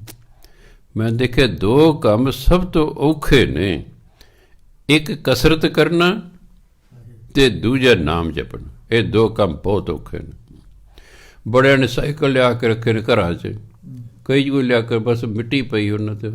15-20 ਦਿਨ ਚਲਾਇਆ, ਕੋਈ 100,000 ਲਾਇਆ, ਉਹ ਖੜਾ ਖੂੰਜੇ 'ਚ ਖੜਾ ਹੋ। ਕਸਰਤ ਕਰਨਾ, ਐਕਸਰਸਾਈਜ਼ ਕਰਨਾ, ਸੈਰ ਕਰਨਾ, ਇਹ ਬਹੁਤ ਔਖਾ ਕੰਮ ਹੈ, ਅਤੇ ਨਾਮ ਜਪਣਾ ਉਦੋਂ ਵੀ ਔਖਾ ਕੰਮ ਹੈ। ਇਹ ਦੋ, ਅਤੇ ਜਿਹੜਾ ਕਿਤੇ ਦੋ ਕੰਮ ਕਰ ਲਏ ਉਹ ਤਾਂ ਰਹਿੰਦੇ ਟੱਲੀ ਵਾਂਗ ਹੈ, ਉਹ ਤਾਂ ਵੈਸੇ ਹੀ ਟੱਲੀ ਵਾਂਗ ਰਹਿੰਦਾ ਹੈ। ਕਸਰਤ ਨੇ ਸਰੀਰ ਨੂੰ ਐਕਟਿਵ ਵੀ ਰੱਖਣਾ ਹੈ, ਤੰਦਰੁਸਤ ਵੀ ਰੱਖਣਾ ਹੈ, ਅਤੇ ਨਾਮ ਨੇ ਤਾਂ ਵੈਸੇ ਹੀ ਚੜ੍ਹਦੀਆਂ ਕਲਾਂ 'ਚ ਕਰ ਦੇਣਾ ਬੰਦੇ ਨੂੰ। ਨਾਮ ਬਾਣੀ ਦਾ ਕੰਮ ਹੈ, ਟਹਿੰਦੀਆਂ ਕਲਾਂ 'ਚੋਂ ਕੱਢ ਕੇ ਚੜ੍ਹਦੀਆਂ ਕਲਾਂ 'ਚ ਲੈ ਜਾਣਾ। ਜਿਹਨਾਂ ਡਿਪਰੈਸ਼ਨ ਹੁੰਦਾ ਸੀ, ਉਹ ਕੀ ਕਰਦੇ ਆ ਕਿ ਆਹ ਬਾਣੀ ਪੜ੍ਹ, ਬਾਣੀ ਉਸ ਨੂੰ ਡਿਪਰੈਸ਼ਨ ਦੇ ਵਿੱਚੋਂ ਕੱਢ ਦਿੰਦੀ ਹੈ, ਟਹਿੰਦੀਆਂ ਕਲਾਂ ਚੜ੍ਹਦੀਆਂ ਕਲਾਂ 'ਚ ਕਰ ਦਿੰਦੀ ਹੈ। ਹਾਂ, ਫਰਕ ਪੈਣਾ ਸ਼ੁਰੂ ਹੋ ਜਾਂਦਾ ਫਿਰ। ਸੋ ਇਸ ਲਈ ਗੁਰ ਕਾ ਸਿੱਖ ਵਡਭਾਗੀ ਹੈ। ਫਿਰ ਗੁਰੂ ਦਾ ਸਿੱਖ ਵੱਡੇ ਭਾਗਾਂ ਵਾਲਾ ਹੋ ਜਾਂਦਾ ਹੈ। ਸਤਿਗੁਰ ਸਿੱਖਾ ਹਲਤ ਪਲਤ ਸਵਾਰੈ, ਇਹ ਦੋਨੋਂ ਸ਼ਬਦ ਹਿੰਦੀ ਦੇ ਨੇ। ਹਿੰਦੀ 'ਚ ਅੱਧਾ ਲੱਲਾ ਹੈ, ਜੇ ਪੂਰਾ ਹੋਵੇ ਤਾਂ ਆਪਾਂ ਪੜ੍ਹਦੇ ਹਲਤ ਪਲਤ ਸਵਾਰੈ। ਇਹ ਹਿੰਦੀ ਦੇ ਸ਼ਬਦ ਨੇ। ਜਦੋਂ ਹਿੰਦੀ ਲਿਖਿਆ ਅੱਧਾ ਲੱਲਾ ਲਿਖਿਆ ਨਾ, ਹਲਤ ਪਲਤ। ਸਤਿਗੁਰ ਸਿੱਖਾ ਹਲਤ ਪਲਤ ਸਵਾਰੈ। ਹਲਤ ਲੋਕ, ਪਲਤ ਪਰਲੋਕ। ਜੋ ਗੁਰੂ ਮਹਾਰਾਜ ਨੇ ਸਿੱਖ ਦਾ ਲੋਕ ਪਰਲੋਕ ਸਵਾਰ ਦਿੰਦੇ ਨੇ। ਇੱਥੇ ਬੁਰਾਈਆਂ ਤੋਂ ਹਟਾ ਕੇ ਲੋਕ ਸਵਾਰਤਾ, ਨਾਮ ਜਪਾ ਕੇ ਪਰਲੋਕ ਸਵਾਰਤਾ। ਲੋਕ ਪਰਲੋਕ, ਲੋਕ ਸੁਖੀਏ ਪਰਲੋਕ ਸੁਹੇਲੇ ਹੋ ਜਾਂਦੇ ਬੰਦੇ ਦੇ। ਬੁਰਾਈਆਂ ਤਿਆਗ ਤੋਂ ਸੁਖੀ ਹੀ ਸੁਖੀ ਹੈ ਬੰਦਾ। ਬੁਰਾਈਆਂ ਕਾਰਨ ਹੀ ਇਹ ਦੁਖੀ ਹੈ। ਬੁਰਾਈਆਂ ਤਿਆਗ ਤੋਂ ਜੀਵਨ ਸੁਖੀ ਹੋ ਜਾਏਗਾ। ਨਾਮ ਜਪੀ ਜੋ, ਜਿਹੜੀ ਪਿਛਲੇ ਜਨਮਾਂ ਦੇ ਕੋਈ ਕਸਰ ਸੀ ਉਹ ਵੀ ਪੂਰੀ ਹੋ ਕੇ ਠੀਕ ਹੋ ਜਾਏ। ਨਾਨਕ ਸਤਿਗੁਰ ਸਿੱਖ ਕੋ ਜੀ ਨਾਲ ਸਮਾਰੈ। ਗੁਰੂ ਮਹਾਰਾਜ ਕੀ ਕਰਦੇ? ਸਿੱਖ ਨੂੰ ਮਨ ਕਰਕੇ ਸੰਭਾਲ ਕਰਦੇ ਨੇ, ਆਪਣੀ ਜਿੰਦ ਜਾਨ ਸਮਝ ਉਹਦੀ ਸੰਭਾਲ ਕਰਦੇ ਨੇ। ਉਹਦੀ ਉੱਪਰੋਂ ਨਹੀਂ, ਮਨ ਕਰਕੇ ਸੱਚੇ ਦਿਲੋਂ ਆਪਣੇ ਸਿੱਖ ਦੀ ਸੰਭਾਲ ਕਰਦੇ ਨੇ। ਗੁਰ ਕੈ ਗ੍ਰਹਿ ਸੇਵਕ ਜੋ ਰਹੇ, ਇਹਨੂੰ ਗ੍ਰਹਿ ਨਹੀਂ ਪੈਣਾ, ਖਿਆਲ ਰੱਖਣਾ। ਵੱਡੇ ਵੱਡੇ ਪਾਠੀ, ਵੱਡੇ ਵੱਡੇ ਕੀਰਤਨੀਏ, ਵੱਡੇ ਵੱਡੇ ਕਥਾਕਾਰ ਦੇ ਮੂੰਹ 'ਤੇ ਗ੍ਰਹਿ ਚੜ੍ਹ ਗਿਆ ਹੈ। ਉਹਨਾਂ ਦੇ ਮੂੰਹ 'ਤੇ ਗ੍ਰਹਿ ਚੜ੍ਹ ਗਿਆ। ਮੂੰਹ 'ਤੇ ਗ੍ਰਹਿ ਕਿਉਂ ਚੜ੍ਹਿਆ? ਗ੍ਰਹਿ ਸੁਣਿਆ, ਗ੍ਰਹਿ ਹੀ ਬੋਲੀ ਗਏ। ਅੱਖਰ ਸਪੈਲਿੰਗਾਂ ਵੱਲ ਧਿਆਨ ਹੀ ਨਹੀਂ ਦਿੱਤਾ ਵੀ ਕੀ ਸਪੈਲਿੰਗ ਨੇ। ਨਾ ਇਹ ਪਤਾ ਕਿ ਪੰਜਾਬੀ ਦਾ ਕਿ ਹਿੰਦੀ ਦਾ ਹੈ। ਪੰਜਾਬੀ ਦਾ ਘਰ ਹੁੰਦਾ, ਗ੍ਰਹਿ ਹਿੰਦੀ ਦਾ ਸ਼ਬਦ ਹੈ। ਗ੍ਰਹਿ ਤੋਂ ਬਣੇ ਗ੍ਰਸਥੀ, ਗ੍ਰਹਿ ਤੋਂ ਬਣੇ ਗ੍ਰਹਿਣੀ। ਘਰ 'ਚ ਜਿਹੜੀ ਔਰਤ ਰਹਿੰਦੀ ਹੈ ਗ੍ਰਹਿਣੀ ਹੈ। ਘਰ ਬਾਹਰ ਵਾਲਾ ਜੇ ਇਹ ਗ੍ਰਸਥੀ ਹੈ, ਗ੍ਰਹਿ ਤੋਂ ਬਣਿਆ ਹੈ। ਗ੍ਰਹਿ ਬਣੇ ਘਰ, ਸੈਰੇ ਲੱਗੇ ਘਰ ਵਿੱਚ। ਗੁਰ ਕੈ ਗ੍ਰਹਿ ਸੇਵਕ ਜੋ ਰਹੇ, ਜਿਹੜਾ ਸੇਵਕ ਗੁਰੂ ਦੇ ਘਰ 'ਚ ਰਹਿੰਦਾ ਹੈ, ਭਾਵ ਗੁਰੂ ਦੀ ਹਜ਼ੂਰੀ 'ਚ ਰਹਿੰਦਾ ਹੈ। ਹੁਣ ਨਹੀਂ ਤਾਂ ਗੁਰੂ ਦੇ ਘਰ 'ਚ ਕਿੰਨੇ ਕੁ ਸਿੱਖ ਰਹਿ ਲੈਣਗੇ ਜੀ? ਇੱਕ ਰਹਿ ਲਏਗਾ, ਦੋ ਰਹਿ ਲਏਗਾ। ਸ਼ਬਦੀ ਅਰਥ ਵਾਲੇ ਜੀ ਵੀ ਨਾ ਜੀ, ਗੁਰੂ ਦੇ ਘਰ 'ਤੇ ਥਾਂ ਹੀ ਕੋਈ, ਮੈਂ ਗਿਆ ਸੀ ਰਹਿਣ ਨੂੰ ਜੀ, ਉੱਥੇ ਥਾਂ ਕੋਈ ਨਹੀਂ ਸੀ। ਹਾਂਜੀ, ਭਾਵ ਜਿਹੜਾ ਗੁਰੂ ਦੀ ਹਜ਼ੂਰੀ 'ਚ ਰਹਿੰਦਾ ਹੈ। ਗੁਰ ਕੀ ਆਗਿਆ ਮਨ ਮੈਂ ਸਹੇ। ਇੱਕ ਹੁੰਦਾ ਮਨ 'ਤੇ ਜੀ ਨਹੀਂ, ਕਿ ਮਨ ਨਹੀਂ ਕਰ ਰਿਹਾ ਹੁਕਮ ਮੰਨਣ ਨੂੰ, ਪਰ ਬੱਝਾ ਰੁੱਝਾ ਵਿਚਾਰਾ ਮੰਨ ਰਿਹਾ, ਉਹ ਨਹੀਂ ਹੈ। ਬੱਧਾ ਚੱਟੀ ਜੋ ਪਰੈ, ਨਾ ਹਾਂ ਨਾ ਗੁਣ ਨਾ ਪੁਕਾਰ, ਲਾਭ ਵੀ ਕੋਈ ਨਹੀਂ ਹੈ। ਮਨ ਕਰਕੇ ਗੁਰ ਕੀ ਆਗਿਆ ਮਨ ਮੈਂ ਸਹੈ, ਜਿਹੜਾ ਗੁਰੂ ਦੀ ਆਗਿਆ ਨੂੰ ਮਨ ਕਰਕੇ ਸਹਿਨ ਕਰਦਾ, ਭਾਵ ਮੰਨਦਾ ਹੈ। ਆਪਸ ਕੋ ਕਰ ਕਛੁ ਨਾ ਜਨਾਵੇ, ਉਹ ਆਪਣੇ ਆਪ ਨੂੰ ਕੋਈ ਜਨਾਉਂਦਾ ਨਹੀਂ ਵੀ ਹਾਂ ਜੀ ਮੈਂ ਤਾਂ ਗੁਰੂ ਦੀ ਸੇਵਾ ਕਰਦਾ ਜਾਂ ਮੈਨੂੰ ਜੇ ਆਹ ਪ੍ਰਾਪਤ ਹੋ ਗਿਆ, ਹੋ ਗਿਆ। ਆਪਣੇ ਆਪ ਨੂੰ ਉਹ ਸ਼ੋਅ ਨਹੀਂ ਕਰਦਾ ਹੈ। ਹਰ ਹਰ ਨਾਮ ਹਿਰਦੈ ਸਦ ਗਾਵੇ, ਉਹ ਤਾਂ ਸਦਾ ਹੀ ਹਰੀ ਦਾ ਨਾਮ ਧਿਆਉਂਦਾ ਰਹਿੰਦਾ। ਹਰ ਹਰ ਨਾਮ ਹਿਰਦੈ ਸਦ ਧਿਆਵੇ, ਉਹ ਤਾਂ ਸਦਾ ਹੀ ਹਰੀ ਦਾ ਨਾਮ ਮਨ 'ਚ ਜਪਦਾ ਰਹਿੰਦਾ ਹੈ। ਫਿਰ ਜੇ ਆਪਾਂ ਜਪਦੇ ਰਹਿਣਾ, ਜਪਦੇ ਰਹਿਣਾ, ਜਪਦੇ, ਫਿਰ ਇਹ ਚਾਲੂ ਹੋ ਜਾਂਦਾ। ਫਿਰ ਸਿਮਰਨ ਚਾਲੂ ਹੋ ਜਾਂਦਾ, ਆਪਣੇ ਆਪ ਹੀ ਹੁੰਦਾ ਰਹਿੰਦਾ ਹੈ। ਮਨ ਵੇਚੈ ਸਤਿਗੁਰ ਕੈ ਪਾਸ, ਜਿਹੜਾ ਸੇਵਕ ਆਪਣਾ ਮਨ ਗੁਰੂ ਨੂੰ ਵੇਚ ਦਿੰਦਾ ਹੈ। ਇੱਥੇ ਵੇਚਣ ਦਾ ਮਤਲਬ ਇਹ ਨਹੀਂ ਕਿ ਲਿਓ ਜੇ ਇੰਨੇ ਪੈਸੇ ਦਿਓ ਮੈਂ ਆਪਣਾ ਮਨ ਵੇਚਦਾ ਹਾਂ, ਇਹ ਭਾਵ ਨਹੀਂ ਹੈ। ਭਾਵ ਆਪਣਾ ਮਨ ਗੁਰੂ ਨੂੰ ਅਰਪਣ ਕਰ ਦੇਣਾ ਵੀ ਜੋ ਤੁਸੀਂ ਕਹੋਗੇ ਮੈਂ ਉਵੇਂ ਹੀ ਕਰਾਂਗਾ। ਕਿ ਮਨ ਅਰਪਣ ਕਰਨਾ, ਕਿ ਮਨ ਵੇਚਣਾ। ਮਨ ਵੇਚੈ ਸਤਿਗੁਰ ਕੈ ਪਾਸ, ਤੇ ਸੇਵਕ ਕੇ ਕਾਰਜ ਰਸ, ਉਹਦੇ ਫਿਰ ਕਾਰਜ ਰਸ ਹੋ ਜਾਂਦੇ। ਕਿ ਗੁਰੂ ਮਹਾਰਾਜ ਦੇ ਕਾਰਜਾਂ ਦੇ ਵਿੱਚ ਆ ਕੇ ਖਲੋ ਜਾਂਦੇ ਨੇ, ਕਾਰਜ ਰਸ ਹੁੰਦੇ। ਜਦੋਂ ਮਨ ਹੀ ਵੇਚਦਾ ਹੈ, ਉਹ ਫਿਰ ਕਹਿੰਦੇ ਨੇ ਮੈਂ ਕੀਤਾ, ਮੈਂ ਕਰ ਰਿਹਾ। ਉਹ ਤਾਂ ਮੈਂ ਤਾਂ ਦਿੱਤੀ ਗੁਰੂ ਨੂੰ, ਉਹ ਤਾਂ ਗੁਰੂ ਹੀ ਕਰਦਾ। ਫਿਰ ਉਹਨੇ ਜਿਹੜੀ ਮੈਂ ਸੀ ਉਹ ਤਾਂ ਗੁਰੂ ਨੂੰ ਵੇਚਤੀ, ਆਪਣਾ ਆਪ ਤੇ ਵੇਚਦਾ ਹੈ। ਅੰਦਰ ਮੈਂ ਖਤਮ ਹੋ ਗਈ ਹੈ। ਜੋ ਕੁਛ ਹੋ ਰਿਹਾ ਹੈ ਗੁਰੂ ਦਾ ਹੋ ਰਿਹਾ ਹੈ, ਬਸ ਇਹ ਸਮਝ ਕੇ ਕਰਦਾ। ਇਸ ਲਈ ਕਾਰਜ ਰਾਸ ਹੋ ਜਾਂਦੇ। ਸੇਵਾ ਕਰਤ ਹੋਏ ਨਿਹਕਾਮੀ, ਨਿਹਕਾਮੀ ਹਿੰਦੀ ਦੇ ਸ਼ਬਦ ਹੈ ਨਿਸ਼ਕਾਮੀ, ਇੱਛਾ ਰਹਿਤ। ਜਿਹੜਾ ਇੱਛਾ ਰਹਿਤ ਹੋ ਕੇ ਸੇਵਾ ਕਰਦਾ ਹੈ, ਤਾਂ ਕਿ ਸੇਵਕ ਕੋ ਸੇਵਾ ਬਣਾਈ। ਜਿਹਨੂੰ ਪਰਮਾਤਮਾ ਨੇ ਸੇਵਕ ਬਣਾ ਕੇ ਭੇਜਣਾ, ਉਹ ਕਰਦਾ ਹੀ ਸੇਵਾ ਹੈ। ਉਹਦੇ ਬਦਲੇ ਕੋਈ ਮੰਗਣ ਦੀ ਕੋਸ਼ਿਸ਼ ਨਹੀਂ ਕਰਦੀ, ਇਸ ਲਈ ਨਹੀਂ ਸੇਵਾ। ਉਹ ਤਾਂ ਫਿਰ ਉਹ ਤਾਂ ਲੈਣ ਦੇਣ ਹੋ ਗਿਆ ਨਾ। ਹਾਂਜੀ, ਮੈਂ ਸੇਵਾ ਕਰਾਂਗਾ ਅਤੇ ਇਹਦੇ ਬਾਰੇ ਮੈਨੂੰ ਆਹ ਦਿਓ, ਨਹੀਂ, ਬਸ ਉਹਨੇ ਸੇਵਾ ਕਰਨੀ ਹੁੰਦੀ ਹੈ।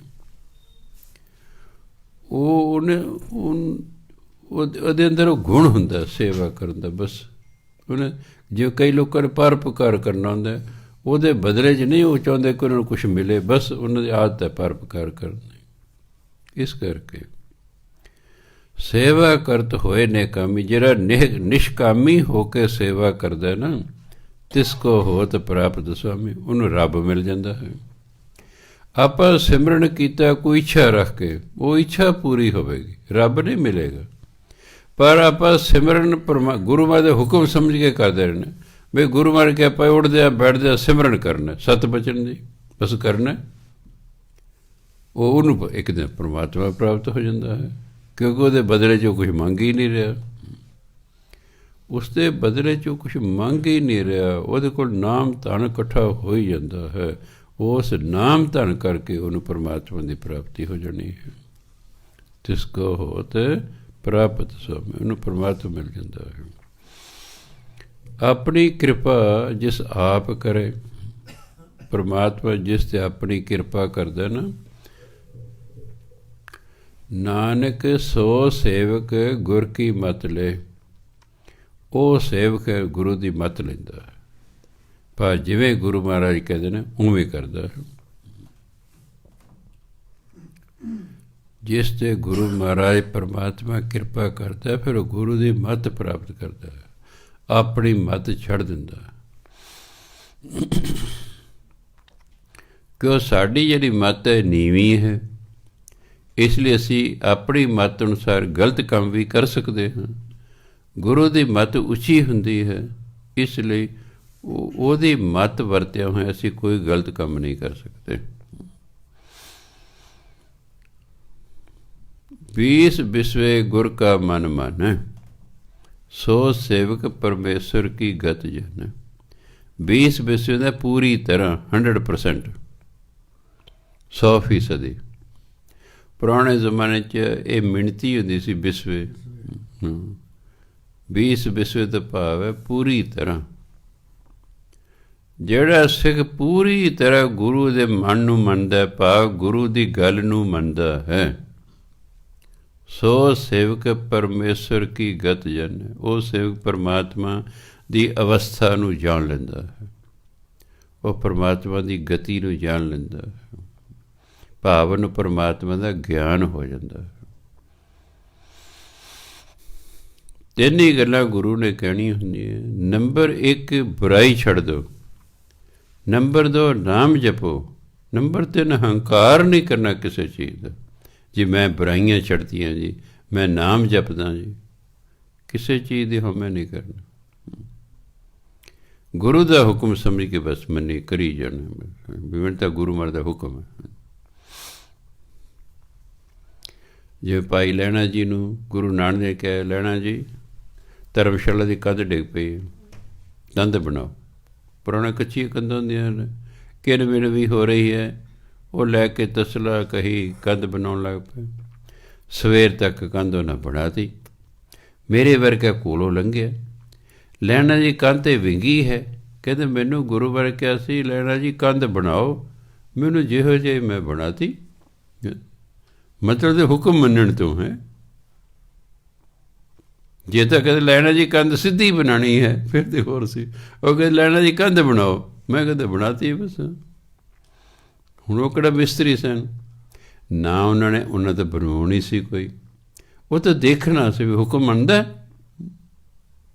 ਵੀ ਕੀ ਹੈ ਮੇਰਾ ਖਿੜੇ ਮੱਥੇ ਹੁਕਮ ਮੰਨਦਾ ਕਿ ਕਹਿ ਗਏ ਤੇ ਘੜੀਆਂ ਪੈਂਦੀਆਂ ਜੀ, ਦਿਨ ਚੱਲ ਲੈਣ ਦਿਓ ਜੀ, ਆਪਾਂ ਕੋਈ ਮਿਸਤਰੀ ਮਜ਼ਦੂਰ ਸੱਦ ਲਾਂਗੇ ਜੀ। ਦੂਜੇ ਨੇ ਇਹੀ ਕਿਹਾ, ਉਹਨਾਂ ਅਖੀਰ ਦੇ ਉਹਨੇ ਕਿਹਾ ਲੈਣਾ ਜੀ ਕੰਧ ਬਣਾਓ, 7 ਵਜਣ ਜੀ, ਬਣਾਤੀ ਅਗਲੇ ਜੀ ਅਸੀਂ। ਹੁਣ ਇੱਕ ਜਵਾਈ ਜਿਹੜਾ ਥੜੇ ਬਣਾਈ ਜਾ ਰਿਹਾ, ਇੱਕ ਦੋ ਤਿੰਨ ਵਾਰੀ ਬਣਾ ਕੇ ਹਟ ਗਿਆ ਹੈ, ਇੱਕ ਬਣਾਈ ਗਿਆ, ਗੁਰੂਆਂ ਢੁਆਈ ਗਏ, ਬਣਾਈ ਗਏ, ਢੁਆਈ ਗਏ। ਦੂਜੇ ਕਈ ਕਹਿੰਦੇ ਉਹ ਜਦੋਂ ਗੁਰੂ ਮਹਾਰਾਜ ਰੋਜ਼ ਢੁਆ ਦਿੰਦੇ ਤੂੰ ਕਿਉਂ ਬਣਾਈ ਜਾਂਦਾ, ਕਹਿੰਦੇ ਮੈਨੂੰ ਹੁਕਮ ਹੈ ਬਣਾਉਣ ਦਾ, ਮੈਂ ਤਾਂ ਹੁਕਮ ਮੰਨਣਾ। ਅਤੇ ਆਹੀ ਉਹਨਾਂ ਵੇਖਣਾ ਸੀ। ਜੇ ਤੀਸਰੇ ਪਾਤਸ਼ਾਹ ਨੇ ਵਾਕਈ ਥੜੇ ਬਣਾਉਂਦੇ ਤਾਂ ਉਹਨਾਂ ਨੂੰ ਪਤਾ ਸੀ ਮੇਰੇ ਜਵਾਈ ਦੇ ਖੱਤਰੀ ਨੇ, ਇਹ ਕਿਹੜਾ ਮਿਸਤਰੀ ਨੇ, ਇਹ ਕਿਹੜਾ ਰਾਜ ਮਿਸਤਰੀ ਨੇ। ਨਹੀਂ, ਉਹਨਾਂ ਵੇਖਣਾ ਸੀ ਹੁਕਮ ਕੌਣ ਮੰਨਦਾ ਹੈ। ਗੱਲ ਤੇ ਆ ਹੈ ਬਸ ਸਾਰੀ। ਸੋ ਸਤਿਗੁਰ ਜਿਸ ਹਿਰਦੈ ਹਰਿ ਨਾਮ, ਉਹੀ ਗੁਰੂ ਹੈ ਜਿਹਦੇ ਹਿਰਦੇ ਪਰਮਾਤਮਾ ਨਾਮ ਵਸਦਾ ਹੈ। ਅਨੇਕ ਬਾਰ ਗੁਰ ਕੋ ਬਲ ਜਾਓ, ਇਸ ਲਈ ਵਾਰੀ ਵਾਰੀ ਗੁਰੂ ਤੋਂ ਬਲਿਹਾਰ ਜਾਣਾ ਚਾਹੀਦਾ ਹੈ। ਸਰਬ ਨਿਧਾਨ ਜੀ ਕਾ ਦਾਤਾ, ਆਠ ਪਹਿਰ ਪਾਰ ਬ੍ਰਹਮ ਰੰਗ ਰਾਤਾ। ਜਿਹੜੇ ਗੁਰੂ ਮਹਾਰਾਜ ਨੇ ਸਰਬ ਨਿਧਾਨ, ਸਾਰੇ ਖਜ਼ਾਨੇ ਦਾ, ਉਹ ਸਾਰੇ ਖਜ਼ਾਨਿਆਂ ਦਾ ਦਾਤਾ ਹੈ, ਸਾਰੀਆਂ ਵਸਤੂਆਂ ਦਾ ਦਾਤਾ ਹੈ। ਆਠ ਪਹਿਰ ਪਾਰ ਬ੍ਰਹਮ ਰੰਗ ਰਾਤਾ। ਗੁਰੂ ਮਹਾਰਾਜ 8 ਪਹਿਰ ਪਰਮਾਤਮਾ ਦੇ ਪਿਆਰ 'ਚ ਰੰਗੇ ਰਹਿੰਦੇ, ਉਹਦੇ ਰੰਗ 'ਚ ਰੰਗੇ ਰਹਿੰਦੇ ਹਨ। ਬ੍ਰਹਮ ਮੈਂ ਜਨ, ਜਨ ਮੈਂ ਪਾਰ ਬ੍ਰਹਮ। ਬ੍ਰਹਮ ਮੈਂ ਜਨ, ਪਰਮਾਤਮਾ 'ਚ ਉਹਦਾ ਭਗਤ ਹੁੰਦਾ ਅਤੇ ਭਗਤ ਦੇ ਵਿੱਚ ਪਰਮਾਤਮਾ ਹੁੰਦਾ ਹੈ। ਇੱਕ ਹੈ ਆਪ ਨਹੀਂ ਕਛ ਭਰਮ, ਆਪ ਹੀ ਭਗਤ ਦੇ ਵਿੱਚ ਹੈ, ਆਪ ਹੀ ਆਪਣੇ 'ਚ ਕਦੇ ਕੋਈ ਫਰਕ ਨਹੀਂ, ਉਹ ਇੱਕ ਪਰਮਾਤਮਾ ਦੋਨੋਂ ਪਾਸੇ ਹੈ। ਸਹਿਸ ਸਿਆਣਪ ਲੈ ਨਾ ਜਾਈਏ। ਗੁਰੂ ਹਜ਼ਾਰਾਂ ਸਿਆਣਪਾਂ ਨਾਲ ਵੀ ਪ੍ਰਾਪਤ ਨਹੀਂ ਕੀਤਾ ਜਾ ਸਕਦਾ। ਗੁਰੂ ਨੂੰ ਪ੍ਰਾਪਤ ਕਰਨ ਲਈ ਆਪਣੀ ਸਿਆਣਪ ਛੱਡਣੀ ਪੈਂਦੀ। ਆਪਣੀਆਂ ਸਿਆਣਪਾਂ ਨਾਲ ਗੁਰੂ ਮਹਾਰਾਜ ਦੀ ਪ੍ਰਾਪਤੀ ਨਹੀਂ ਹੁੰਦੀ। ਨਾਨਕ ਐਸਾ ਗੁਰ ਵਡਭਾਗੀ ਪਾਈਏ। ਗੁਰੂ ਤਾਂ ਵੱਡੇ ਭਾਗਾਂ ਨਾਲ ਪ੍ਰਾਪਤ ਹੁੰਦਾ ਹੈ। ਵੱਡੇ ਭਾਗ ਹੋਣ ਫਿਰ ਬੰਦਾ ਗੁਰੂ ਵਾਲਾ ਹੁੰਦਾ ਹੈ ਅਤੇ ਗੁਰੂ ਦਾ ਫਿਰ ਕਹਿਣਾ ਮੰਨਦਾ ਹੈ। ਸਫਲ ਦਰਸ਼ਨ ਪੇਖਤ ਪੁਨੀਤ, ਪਰਸਤ ਚਰਨ ਗਤ ਨਿਰਮਲ ਰੀਤ। ਗੁਰੂ ਦੇ ਦਰਸ਼ਨ ਕਰਕੇ ਜੀਵਨ ਸਫਲ ਹੋ ਜਾਂਦਾ ਹੈ। ਪੇਖਤ ਪੁਨੀਤ, ਗੁਰੂ ਦੇ ਦਰਸ਼ਨ ਕਰ ਮਨੁੱਖ ਦਾ ਮਨ ਪਵਿੱਤਰ ਹੋ ਜਾਂਦਾ। ਪੁਨੀਤ ਪਵਿੱਤਰ, ਗੁਰੂ ਦੇ ਦਰਸ਼ਨ ਕਰਕੇ ਜੀਵਨ ਸਫਲ ਹੋ ਜਾਂਦਾ ਹੈ, ਮਨ ਪਵਿੱਤਰ ਹੋ ਜਾਂਦਾ ਹੈ। ਪਰਸਤ ਚਰਨ ਗਤ ਨਿਰਮਲ ਰੀਤ, ਗੁਰੂ ਦੇ ਚਰਨਾਂ ਨੂੰ ਸਪਰਸ਼ ਕਰਨ ਨਾਲ, ਗੁਰੂ ਦੇ ਚਰਨਾਂ ਨੂੰ ਛੂਹਣ ਨਾਲ, ਗੁਰੂ ਮਹਾਰਾਜ ਚਰਨਾਂ 'ਤੇ ਮੱਥਾ ਟੇਕਣ ਨਾਲ ਕੀ ਹੁੰਦਾ? ਗਤ ਨਿਰਮਲ ਰੀਤ, ਮਨੁੱਖ ਦੀ ਗਤੀ ਹੋ ਜਾਂਦੀ ਹੈ। ਉਹਦੀ ਜਿਹੜੀ ਜੀਵਨ ਰੀਤੀ ਹੈ ਉਹ ਪਵਿੱਤਰ ਹੋ ਜਾਂਦੀ ਹੈ। ਉਹਦੇ ਕਰਮ ਸ਼ੁੱਧ ਹੋ ਜਾਂਦੇ ਹਨ। ਉਹਦੀ ਜੀਵਨ ਮਰਿਆਦਾ ਸ਼ੁੱਧ ਹੋ ਜਾਂਦੀ ਹੈ। ਭੇਟਤ ਸੰਗ ਰਾਮ ਗੁਣ ਰਵੇ, ਗੁਰੂ ਨੂੰ ਮਿਲ ਕੇ ਮਨੁੱਖ ਪਰਮਾਤਮਾ ਦੇ ਗੁਣ ਗਾਉਂਦਾ ਹੈ। ਗੁਰੂ ਮਹਾਰਾਜ ਮਿਲ ਕੇ ਮਨੁੱਖ ਕੀ ਕਹਿੰਦਾ? ਪਰਮਾਤਮਾ ਦੇ ਗੁਣ ਗਾਉਂਦਾ ਹੈ। ਰਵੇ ਦਾ ਉਚਾਰਨ ਕਰਦਾ ਹੈ। ਪਾਰ ਬ੍ਰਹਮ ਕੀ ਦਰਗਾਹ ਗਵੇ, ਅਤੇ ਅਖੀਰ ਨੂੰ ਪਰਮਾਤਮਾ ਦੀ ਦਰਗਾਹ 'ਚ ਲੈ ਜਾਂਦਾ। ਗਵੇ ਦਾ ਜਾਣਾ, ਅਖੀਰ ਨੂੰ ਫਿਰ ਪਰਮਾਤਮਾ ਦੀ ਦਰਗਾਹ ਦੇ ਵਿੱਚ ਚਲਿਆ ਜਾਂਦਾ ਹੈ। ਸੁਣ ਕਰ ਬਚਨ ਕਰਨ ਅਗਾਨੇ, ਮਨ ਸੰਤੋਖ ਆਤਮ ਪਤੀਆਂ ਨੇ। ਗੁਰੂ ਦੇ ਬਚਨ ਸੁਣ ਕੇ ਕੰਨ ਰੱਜ ਜਾਂਦੇ ਨੇ। ਕਰਨ ਮੈਨੇ ਕੰਨ, ਅਗਾਨੇ ਹੁੰਦਾ ਰੱਜ ਜਾਣਾ। ਇਹਨੂੰ ਪੰਜਾਬੀ ਤਰ੍ਹਾਂ ਅਘਾਨੇ ਨਹੀਂ ਪੜ੍ਹ ਦੇਣਾ। ਪੰਜਾਬੀ ਦੇ ਸ਼ਬਦ ਨੂੰ ਫਿਰ ਪੜ੍ਹਦੇ ਅਘਾਨੇ, ਇਹ ਹਿੰਦੀ ਦੇ ਸ਼ਬਦ ਹੈ ਅਘਾਨੇ, ਇਸ ਤਰ੍ਹਾਂ ਪੜ੍ਹਨਾ। ਸੁਣ ਕਰ ਬਚਨ ਕਰਨ ਅਗਾਨੇ, ਗੁਰੂ ਦੇ ਬਚਨ ਸੁਣ ਕੇ ਕੰਨ ਰੱਜ ਜਾਂਦੇ ਨੇ, ਕੰਨ ਨਾਲ ਤ੍ਰਿਪਤੀ ਹੋ ਜਾਂਦੀ। ਮਨ ਸੰਤੋਖ, ਮਨ ਦੇ ਵਿੱਚ ਸੰਤੋਖ ਆ ਜਾਂਦਾ ਹੈ। ਆਤਮ ਪਤੀਆਨੇ, ਮਨ ਪਤੀਜ ਜਾਂਦਾ ਹੈ। ਪਤੀਜਣ ਹੁੰਦਾ ਕਿਸੇ ਚੀਜ਼ ਨੂੰ ਮੰਨ ਲੈਣਾ, ਮਨ ਫਿਰ ਮਨ ਮੰਨ ਜਾਂਦਾ ਹੈ। ਪੂਰਾ ਗੁਰ ਅਖਿਓ, ਉਂਝ ਤਾਂ ਹੈ ਜੇ ਨਹੀਂ ਹੁਣ ਸਤਾ ਅਖਿਓ ਹੈ, ਖੱਖੇ ਦੇ ਪੈਰ 'ਚ ਅੱਧਾ ਹੀ ਹੈ। ਜਿਸ ਅੱਖਰ ਦੇ ਵਿੱਚ ਅੱਧਾ ਹੀ ਹੋਵੇ ਉਸੇ ਅੱਖਰ ਨੂੰ ਸਿਹਾਰੀ ਤੇ ਅੱਗੇ ਆੜਾ ਲੱਗਦਾ ਤਾਂ ਹੋ ਗਿਆ ਅਖਿਓ। ਪਰ ਹਿੰਦੀ ਦਾ ਸ਼ਬਦ ਦੇ ਅਨੁਸਾਰ ਹੈ ਖਿਓ ਹੁੰਦਾ ਨਾਸ ਹੋਣਾ, ਅਖਿਓ। ਇਹ ਖਿਓ ਦਾ ਵਿਰੋਧੀ ਸ਼ਬਦ ਹੈ, ਇਸ ਲਈ ਇਹਨੂੰ ਇਕੱਠਾ ਕਰਕੇ ਅਖਿਓ ਨਹੀਂ ਪੜ੍ਹਿਆ ਜਾ ਸਕਦਾ। ਅਖਿਓ ਪੜ੍ਹੋਗੇ ਤਾਂ ਇੱਕੋ ਹੋ ਜਾਏਗਾ, ਅਖਿਓ ਜਿਹੜਾ ਨਾਸ਼ ਨਾ ਹੋਵੇ। ਪੂਰਾ ਗੁਰ ਅਖਿਓ ਜਾ ਕਾ ਮੰਤਰ, ਗੁਰੂ ਵੀ ਪੂਰਾ ਅਤੇ ਉਹਦਾ ਮੰਤਰ ਵੀ ਨਾਸ਼ ਨਹੀਂ ਹੁੰਦਾ। ਕਿਉਂ? ਉਹਦੇ ਮੰਤਰ 'ਤੇ ਹੋਰ ਕੋਈ ਮੰਤਰ ਚੱਲਦਾ ਹੀ ਨਹੀਂ ਹੈਗਾ। ਗੁਰ ਮੰਤਰ 'ਤੇ ਹੋਰ ਕੋਈ ਸੰਸਾਰ ਦਾ ਮੰਤਰ ਅਸਰ ਨਹੀਂ ਕਰਦਾ ਹੈਗਾ। ਗੁਰ ਮੰਤਰ ਇੰਨਾ ਪਾਵਰਫੁਲ ਹੁੰਦਾ ਹੈ, ਉਹ ਖਿਓ ਹੈ, ਉਹ ਅਵਿਨਾਸ਼ੀ ਹੈ। ਅੰਮ੍ਰਿਤ ਦ੍ਰਿਸ਼ਟ ਵੇਖੇ ਹੋਏ ਸੰਤ, ਜਿਹਦੇ ਵੱਲ ਗੁਰੂ ਮਹਾਰਾਜ ਕਿਰਪਾ ਦ੍ਰਿਸ਼ਟੀ ਨਾਲ ਵੇਖਦੇ ਨੇ ਉਹ ਤਾਂ ਸੰਤ ਹੋ ਜਾਂਦਾ, ਉਹ ਸੰਤ ਹੋ ਜਾਂਦਾ। ਕਿਉਂ? ਸਾਰੇ ਹੀ ਅੰਦਰੋਂ ਮੈਲ ਮੂਲ ਧੋ ਕੇ ਸ਼ੁੱਧ ਤੇ ਪਵਿੱਤਰ ਕਰ ਦੇਣਾ ਹੈ। ਬਸ ਕਿਰਪਾ ਕਟਾਖੈ ਅਵਲੋਕਨ ਕੀਨੋ, ਦਾਸ ਕਾ ਦੁਖ ਬਿਦਾਰਿਓ। ਕਿਰਪਾ ਦ੍ਰਿਸ਼ਟੀ ਕਰਨੀ ਬਸ।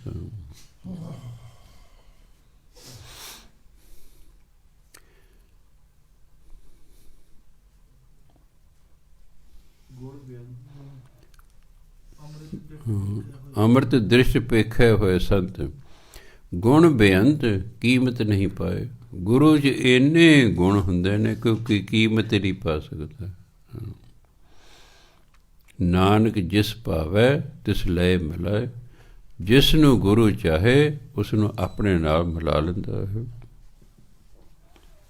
ਜਿਹਬਾ ਏਕ ਉਸਤਤ ਅਨੇਕ, ਸਤਿਪੁਰਖ ਪੂਰਨ ਵਿਵੇਕ। ਜੀਵ ਤੇ ਇੱਕ ਤੇ ਪਰਮਾਤਮਾ ਜਿਹੜੇ ਗੁਣ ਨੇ ਉਹ ਤੇ ਅਨੇਕਾਂ ਨੇ, ਗੁਣ ਤੇ ਉਹਦੇ ਅਨੇਕਾਂ ਨੇ। ਸਤਿਪੁਰਖ ਤਾਂ ਹੀ ਜਪਜੀ ਸਕਦੇ, ਇੱਕ ਦੂ ਜੀਵੋ ਲੱਖ ਹੋਵੇਂ, ਲੱਖ ਹੋਵੇਂ ਲੱਖ ਵੀਸ, ਲੱਖ ਲੱਖ ਗੇੜਾ ਆਖੀਐ ਏਕ ਨਾਮ ਜਗਦੀਸ਼। ਕਹਿੰਦੇ ਮੇਰੇ ਇੱਕ ਜੀਵ ਤੋਂ ਲੱਖ ਹੋ ਜਾਏ, ਲੱਖ ਤੋਂ 20 ਲੱਖ ਹੋ ਜਾਣ, ਹਰ ਜੀਵ ਨੂੰ ਮੈਂ ਲੱਖ ਲੱਖ ਵਾਰ ਪਰਮਾਤਮਾ ਦਾ ਨਾਮ ਜਪਾਂ। ਪਰ ਨਾਮ ਜਪਣਾ ਚਾਹੀਦਾ। ਕਹਿੰਦੇ ਆਖੀਐ, ਆਖਣਾ ਚਾਹੀਦਾ ਹੈ, ਆਖੀਏ ਨਹੀਂ ਉਸਨੂੰ ਪੜ੍ਹਨਾ। ਆਖੀਏ ਦਾ ਮਤਲਬ ਆਖਦੇ ਹਨ ਨਹੀਂ। ਕਹਿੰਦੇ ਜੇ ਇੱਕ ਜੀਵ ਤੋਂ ਲੱਖ ਜੀਵ ਹੋ ਜਾਏ, ਲੱਖ ਤੋਂ 20 ਲੱਖ ਹੋ ਜਾਏ, ਤਾਂ 20 ਲੱਖ ਜੀਵਾਂ ਦੇ ਨਾਲ ਹਰ ਜੀਵ ਦੇ ਨਾਲ ਲੱਖ ਲੱਖ ਵਾਰੀ ਪਰਮਾਤਮਾ ਦਾ ਨਾਮ ਜਪਣਾ ਚਾਹੀਦਾ ਹੈ। ਆ ਭਾਵ ਇਹਦਾ। ਇਸ ਲਈ ਆਖੀਐ, ਆਖਣਾ ਚਾਹੀਦਾ ਹੈ, ਜਪਣਾ ਚਾਹੀਦਾ ਹੈ।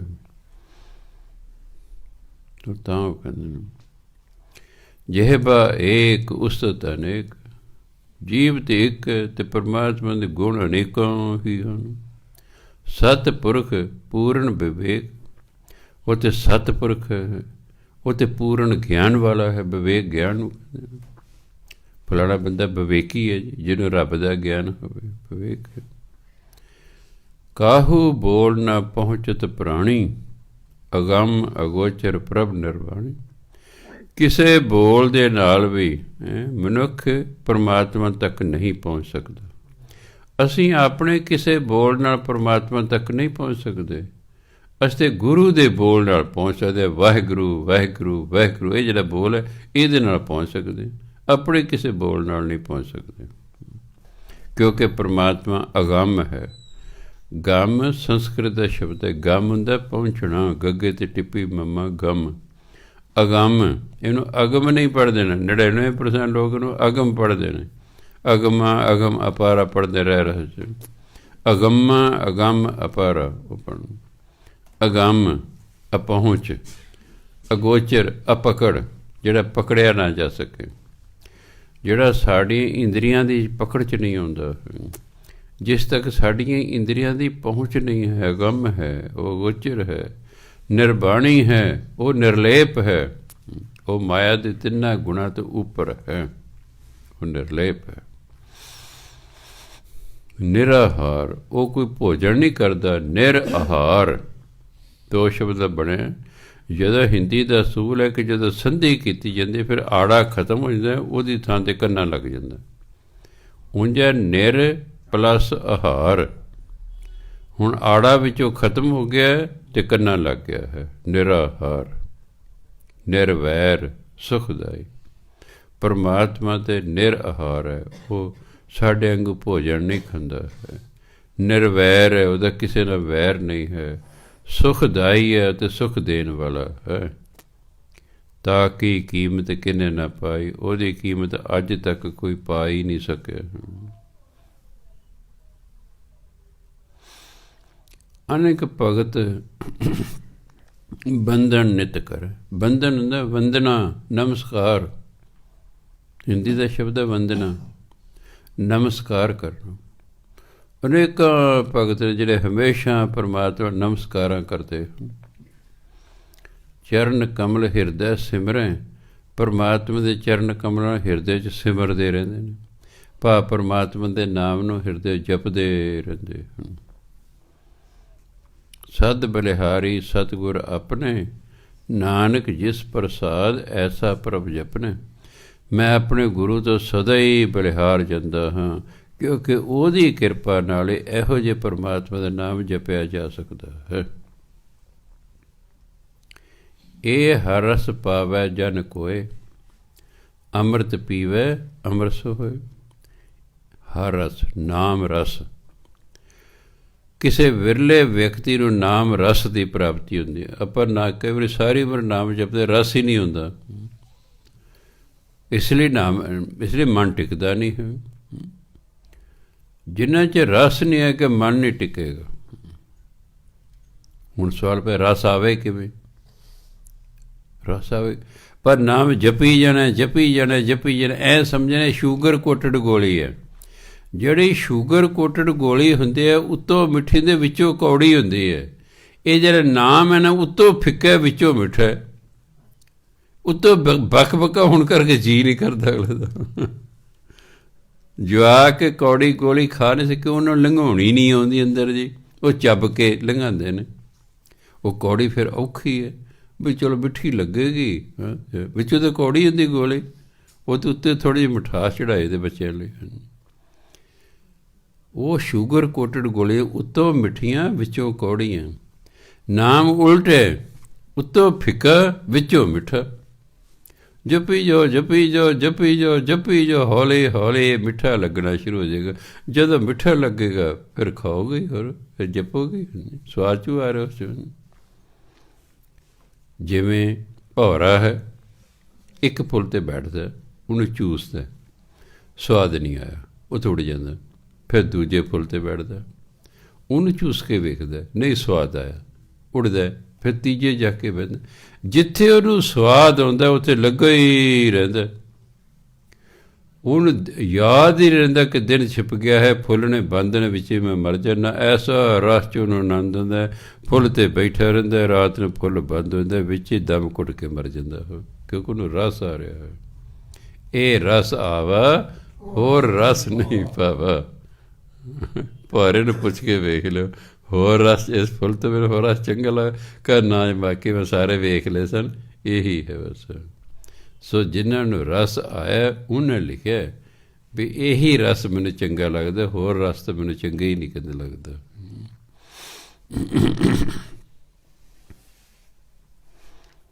ਹਰ ਰਸ ਪਾਵੈ ਜਨ ਕੋਏ, ਅੰਮ੍ਰਿਤ ਪੀਵੈ ਅੰਮ੍ਰਿਤ ਹੋਏ। ਜਿਸ ਵਿਅਕਤੀ ਨੇ ਹਰੀ ਰਸ ਪ੍ਰਾਪਤ, ਨਾਮ ਰਸ ਪ੍ਰਾਪਤ ਹੋ ਜਾਂਦਾ ਨਾ, ਉਹ ਇਸ ਨਾਮ ਰਸ ਨੂੰ ਪੀਂਦਾ, ਫਿਰ ਅੰਮ੍ਰਿਤ ਇਸ ਨਾਮ ਰਸ ਨੂੰ ਪੀਂਦਾ, ਅਮਰ ਹੋਏ ਸੋ ਹੋਏ, ਉਹ ਅਮਰ ਹੋ ਜਾਂਦਾ ਹੈ, ਜੰਮਣ ਮਰਨ ਤੋਂ ਰਹਿਤ ਹੋ ਜਾਂਦਾ ਹੈ। ਉਸ ਪੁਰ ਕਾ ਨਾਹੀ ਕਦੇ ਵਿਨਾਸ਼, ਜਾ ਕੇ ਮਨ ਪ੍ਰਗਟੇ ਗੁਣਤਾਸ। ਗੁਣਤਾਸ, ਗੁਣਾਂ ਦਾ ਖਜ਼ਾਨਾ। ਪਰਮਾਤਮਾ। ਜਾ ਕੇ ਮਨ ਪ੍ਰਗਟੇ ਗੁਣ ਤਾਸ, ਜਿਸ ਦੇ ਮਨ 'ਚ ਗੁਣਾਂ ਦਾ ਖਜ਼ਾਨੇ ਪਰਮਾਤਮਾ ਪ੍ਰਗਟ ਹੋ ਜਾਂਦਾ ਨਾ, ਉਸ ਪੁਰਖ ਦਾ ਤਾਂ ਕਦੇ ਵਿਨਾਸ਼ ਹੀ ਨਹੀਂ ਹੁੰਦਾ, ਭਾਵ ਸਦਾ ਲਈ ਅਮਰ ਹੋ ਜਾਂਦਾ ਹੈ।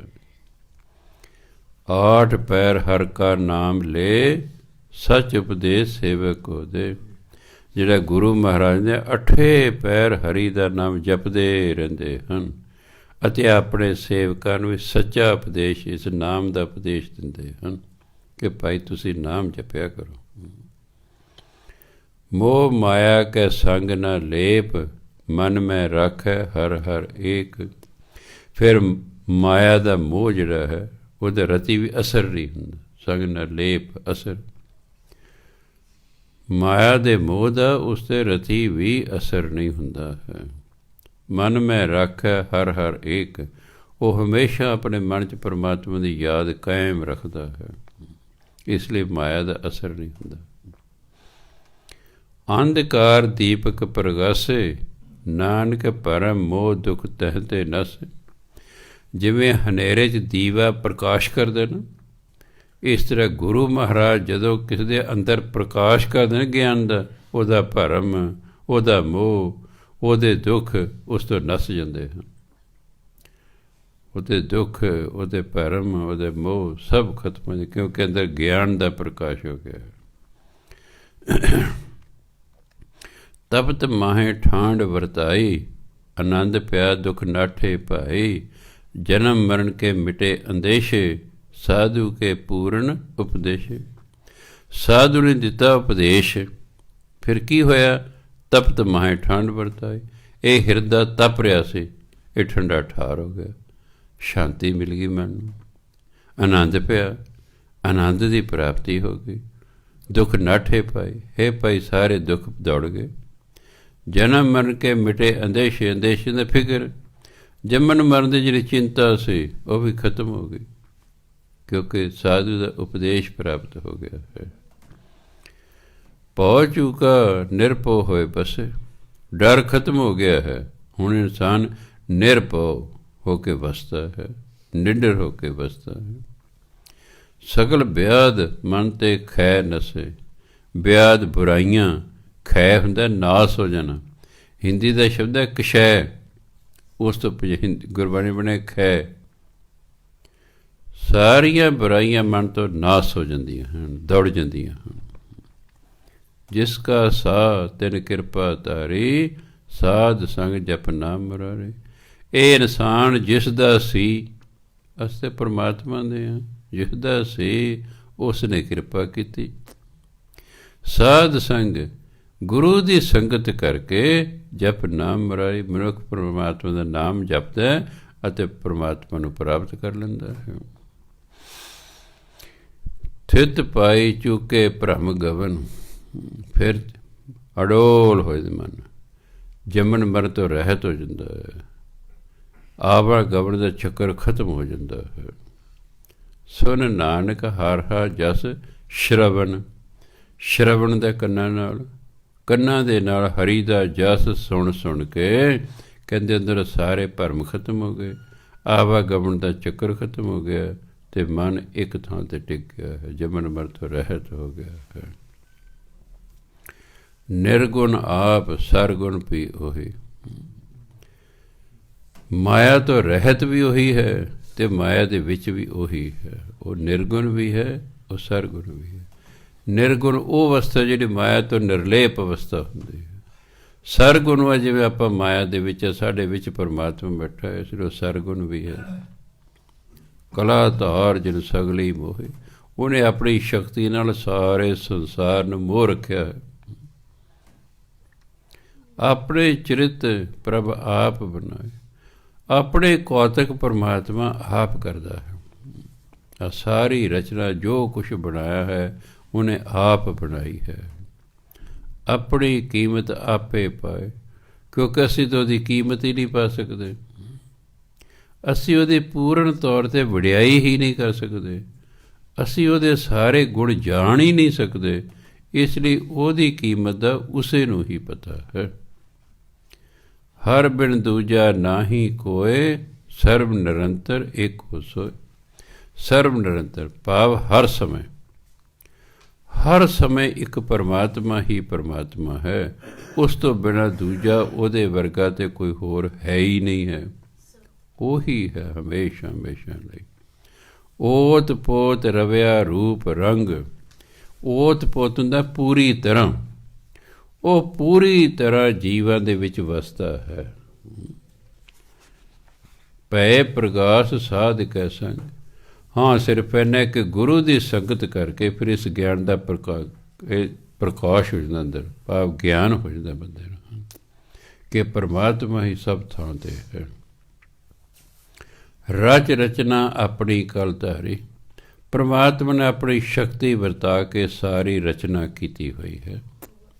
ਅਨੇਕ ਬਾਰ ਨਾਨਕ ਬਲਿਹਾਰੀ। ਗੁਰੂ ਮਹਾਰਾਜ ਕਹਿੰਦੇ ਮੈਂ ਇਹੋ ਜਿਹੇ ਪਰਮਾਤਮਾ ਤੋਂ ਅਨੇਕਾਂ ਵਾਰੀ ਬਲਿਹਾਰ ਜਾਂਦਾ।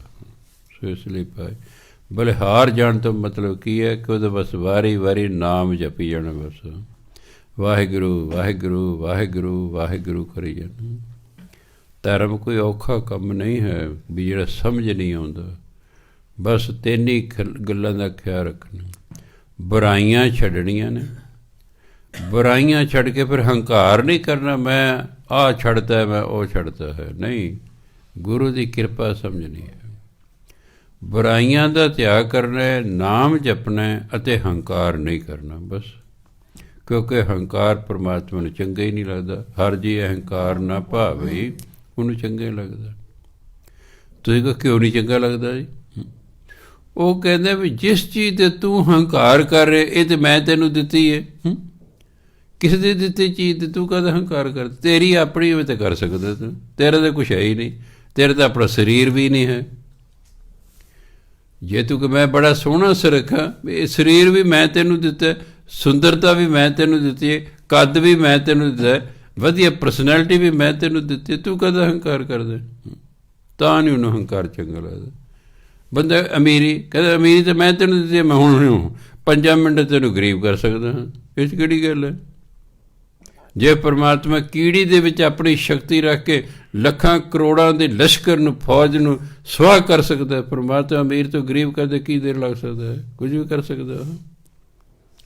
ਪਰਮਾਤਮਾ ਕਹਿੰਦਾ ਜੋ ਕੁਛ ਵੀ ਤੁਹਾਡੇ ਕੋਲ ਹੈ, ਜਿਸ ਦਾ ਤੁਸੀਂ ਹੰਕਾਰ ਕਰਦੇ, ਸਭ ਮੇਰਾ ਦਿੱਤਾ ਹੋਇਆ ਅਤੇ ਮੇਰੇ ਦਿੱਤੇ ਤੁਸੀਂ ਕਾਹਦਾ ਹੰਕਾਰ ਕਰਦੇ ਹੋ? ਮੈਂ ਜਦੋਂ ਮਰਜ਼ੀ ਮੈਂ ਆਪਣੀ ਚੀਜ਼ ਵਾਪਸ ਲੈ ਲਾ ਤੁਹਾਡੇ ਤੋਂ, ਫਿਰ ਰੋਈ ਪਿੱਟੀ ਜਾਓਗੇ। ਜੇ ਤੁਹਾਡੀ ਹੁੰਦੀ ਫਿਰ ਰੱਖ ਕੇ ਦੇਖੋ, ਜੇ ਤੁਹਾਡੀ ਹੁੰਦੀ ਫਿਰ ਮੈਂ ਤੁਹਾਡੇ ਤੋਂ ਕਿਵੇਂ ਲੈ ਸਕਦਾ ਸੀ? ਤੁਹਾਡੀ ਹੈ। ਜੇ ਮੈਂ ਤੁਹਾਡੇ ਤੋਂ ਲੈਣਾ ਫਿਰ ਤਾਂ ਮੈਂ ਡਾਕੂ ਹੋਇਆ, ਫਿਰ ਤੁਹਾਡੇ ਧੱਕੇ ਨਾਲ ਖੋਹ ਲਈ। ਜੇ ਚੋਰੀ ਕਰਦਾ ਫਿਰ ਮੈਂ ਚੋਰ ਹੋਇਆ, ਤੁਹਾਡੀ ਚੀਜ਼ ਚੁਰਾ ਲਈ। ਮੇਰੀ ਹੈ, ਮੈਂ ਜਦੋਂ ਮਰਜ਼ੀ ਵਾਪਸ ਲੈ ਸਕਦਾ।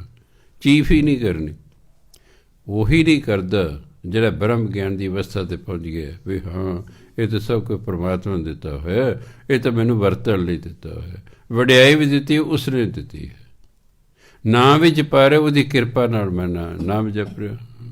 ਸੁੰਦਰਤਾ ਦਿੱਤੀ ਹੈ ਉਸ ਨੇ ਦਿੱਤੀ ਹੈ, ਤੰਦਰੁਸਤੀ ਦਿੱਤੀ ਹੈ ਉਸ ਨੇ ਦਿੱਤੀ ਹੈ, ਅਮੀਰੀ ਦਿੱਤੀ ਹੈ ਉਸ ਨੇ ਦਿੱਤੀ ਹੈ, ਨੌਕਰੀ ਦਿੱਤੀ ਹੈ ਉਸ ਨੇ ਦਿੱਤੀ ਹੈ। ਮੈਂ ਦਾਨੀ ਹਾਂ, ਇਹ ਵੀ ਉਸ ਨੇ ਬਣਾਇਆ, ਉਹਨੇ ਦਾਤਾ ਮੈਨੂੰ ਦਿੱਤੀ ਹੈ, ਮੈਂ ਤਾਂ ਅੱਗੇ ਦੇ ਰਿਹਾ।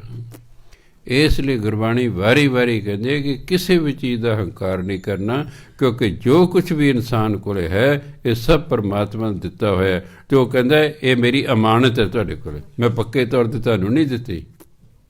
ਅਮਾਨਤ ਹੁੰਦੀ ਹੈ ਜਿਹੜੀ ਅਸੀਂ ਕਿਸੇ ਕੋਲ ਚੀਜ਼ ਰੱਖ ਲਈ ਕੁਝ ਸਮੇਂ ਲਈ, ਵੀ ਆ ਲੈ ਮੇਰੀ ਚੀਜ਼ ਰੱਖ ਲੈ, ਵਰਤ ਲੈ, ਮੈਂ ਜਦ ਆਊਂਗਾ ਮੈਂ ਆਪਣੀ ਚੀਜ਼ ਵਾਪਸ ਲੈ ਜਾਵਾਂਗਾ। ਕਹਿੰਦਾ ਅਮਾਨਤ ਹੈ। ਹਾਂ, ਤੇਰਾ ਹੱਕ 3.5 ਸੇਰ ਅਨਾਜ ਹੈ ਬਸ।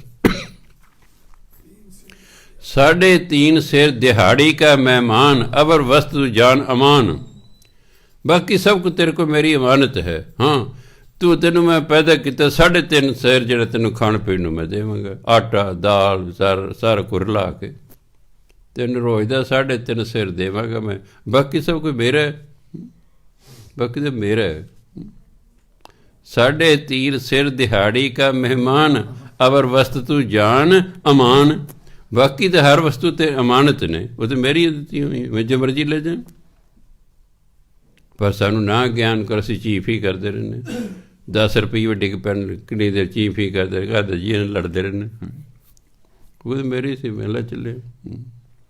ਸੋ ਤਾਂ ਵਾਰੀ ਵਾਰੀ ਬਾਣੀ ਕਹਿੰਦੀ ਕਿ ਭਾਈ ਜੋ ਕੁਛ ਤੁਹਾਡੇ ਕੋਲ ਹੈ ਇਹ ਪਰਮਾਤਮਾ ਦਾ ਦਿੱਤਾ ਹੋਇਆ, ਤੁਹਾਡਾ ਆਪਣਾ ਨਹੀਂ ਹੈ, ਅਤੇ ਕਿਸੇ ਦਿੱਤੇ 'ਤੇ ਮੱਲ ਨਹੀਂ ਮਾਰਨੀ ਹੈ, ਉਹਦੀ ਹੈ, ਉਹ ਅਮਾਨਤ ਹੈ, ਜਦੋਂ ਮਰਜ਼ੀ ਵਾਪਸ ਲਿਜਾ ਸਕਦਾ ਹੈ।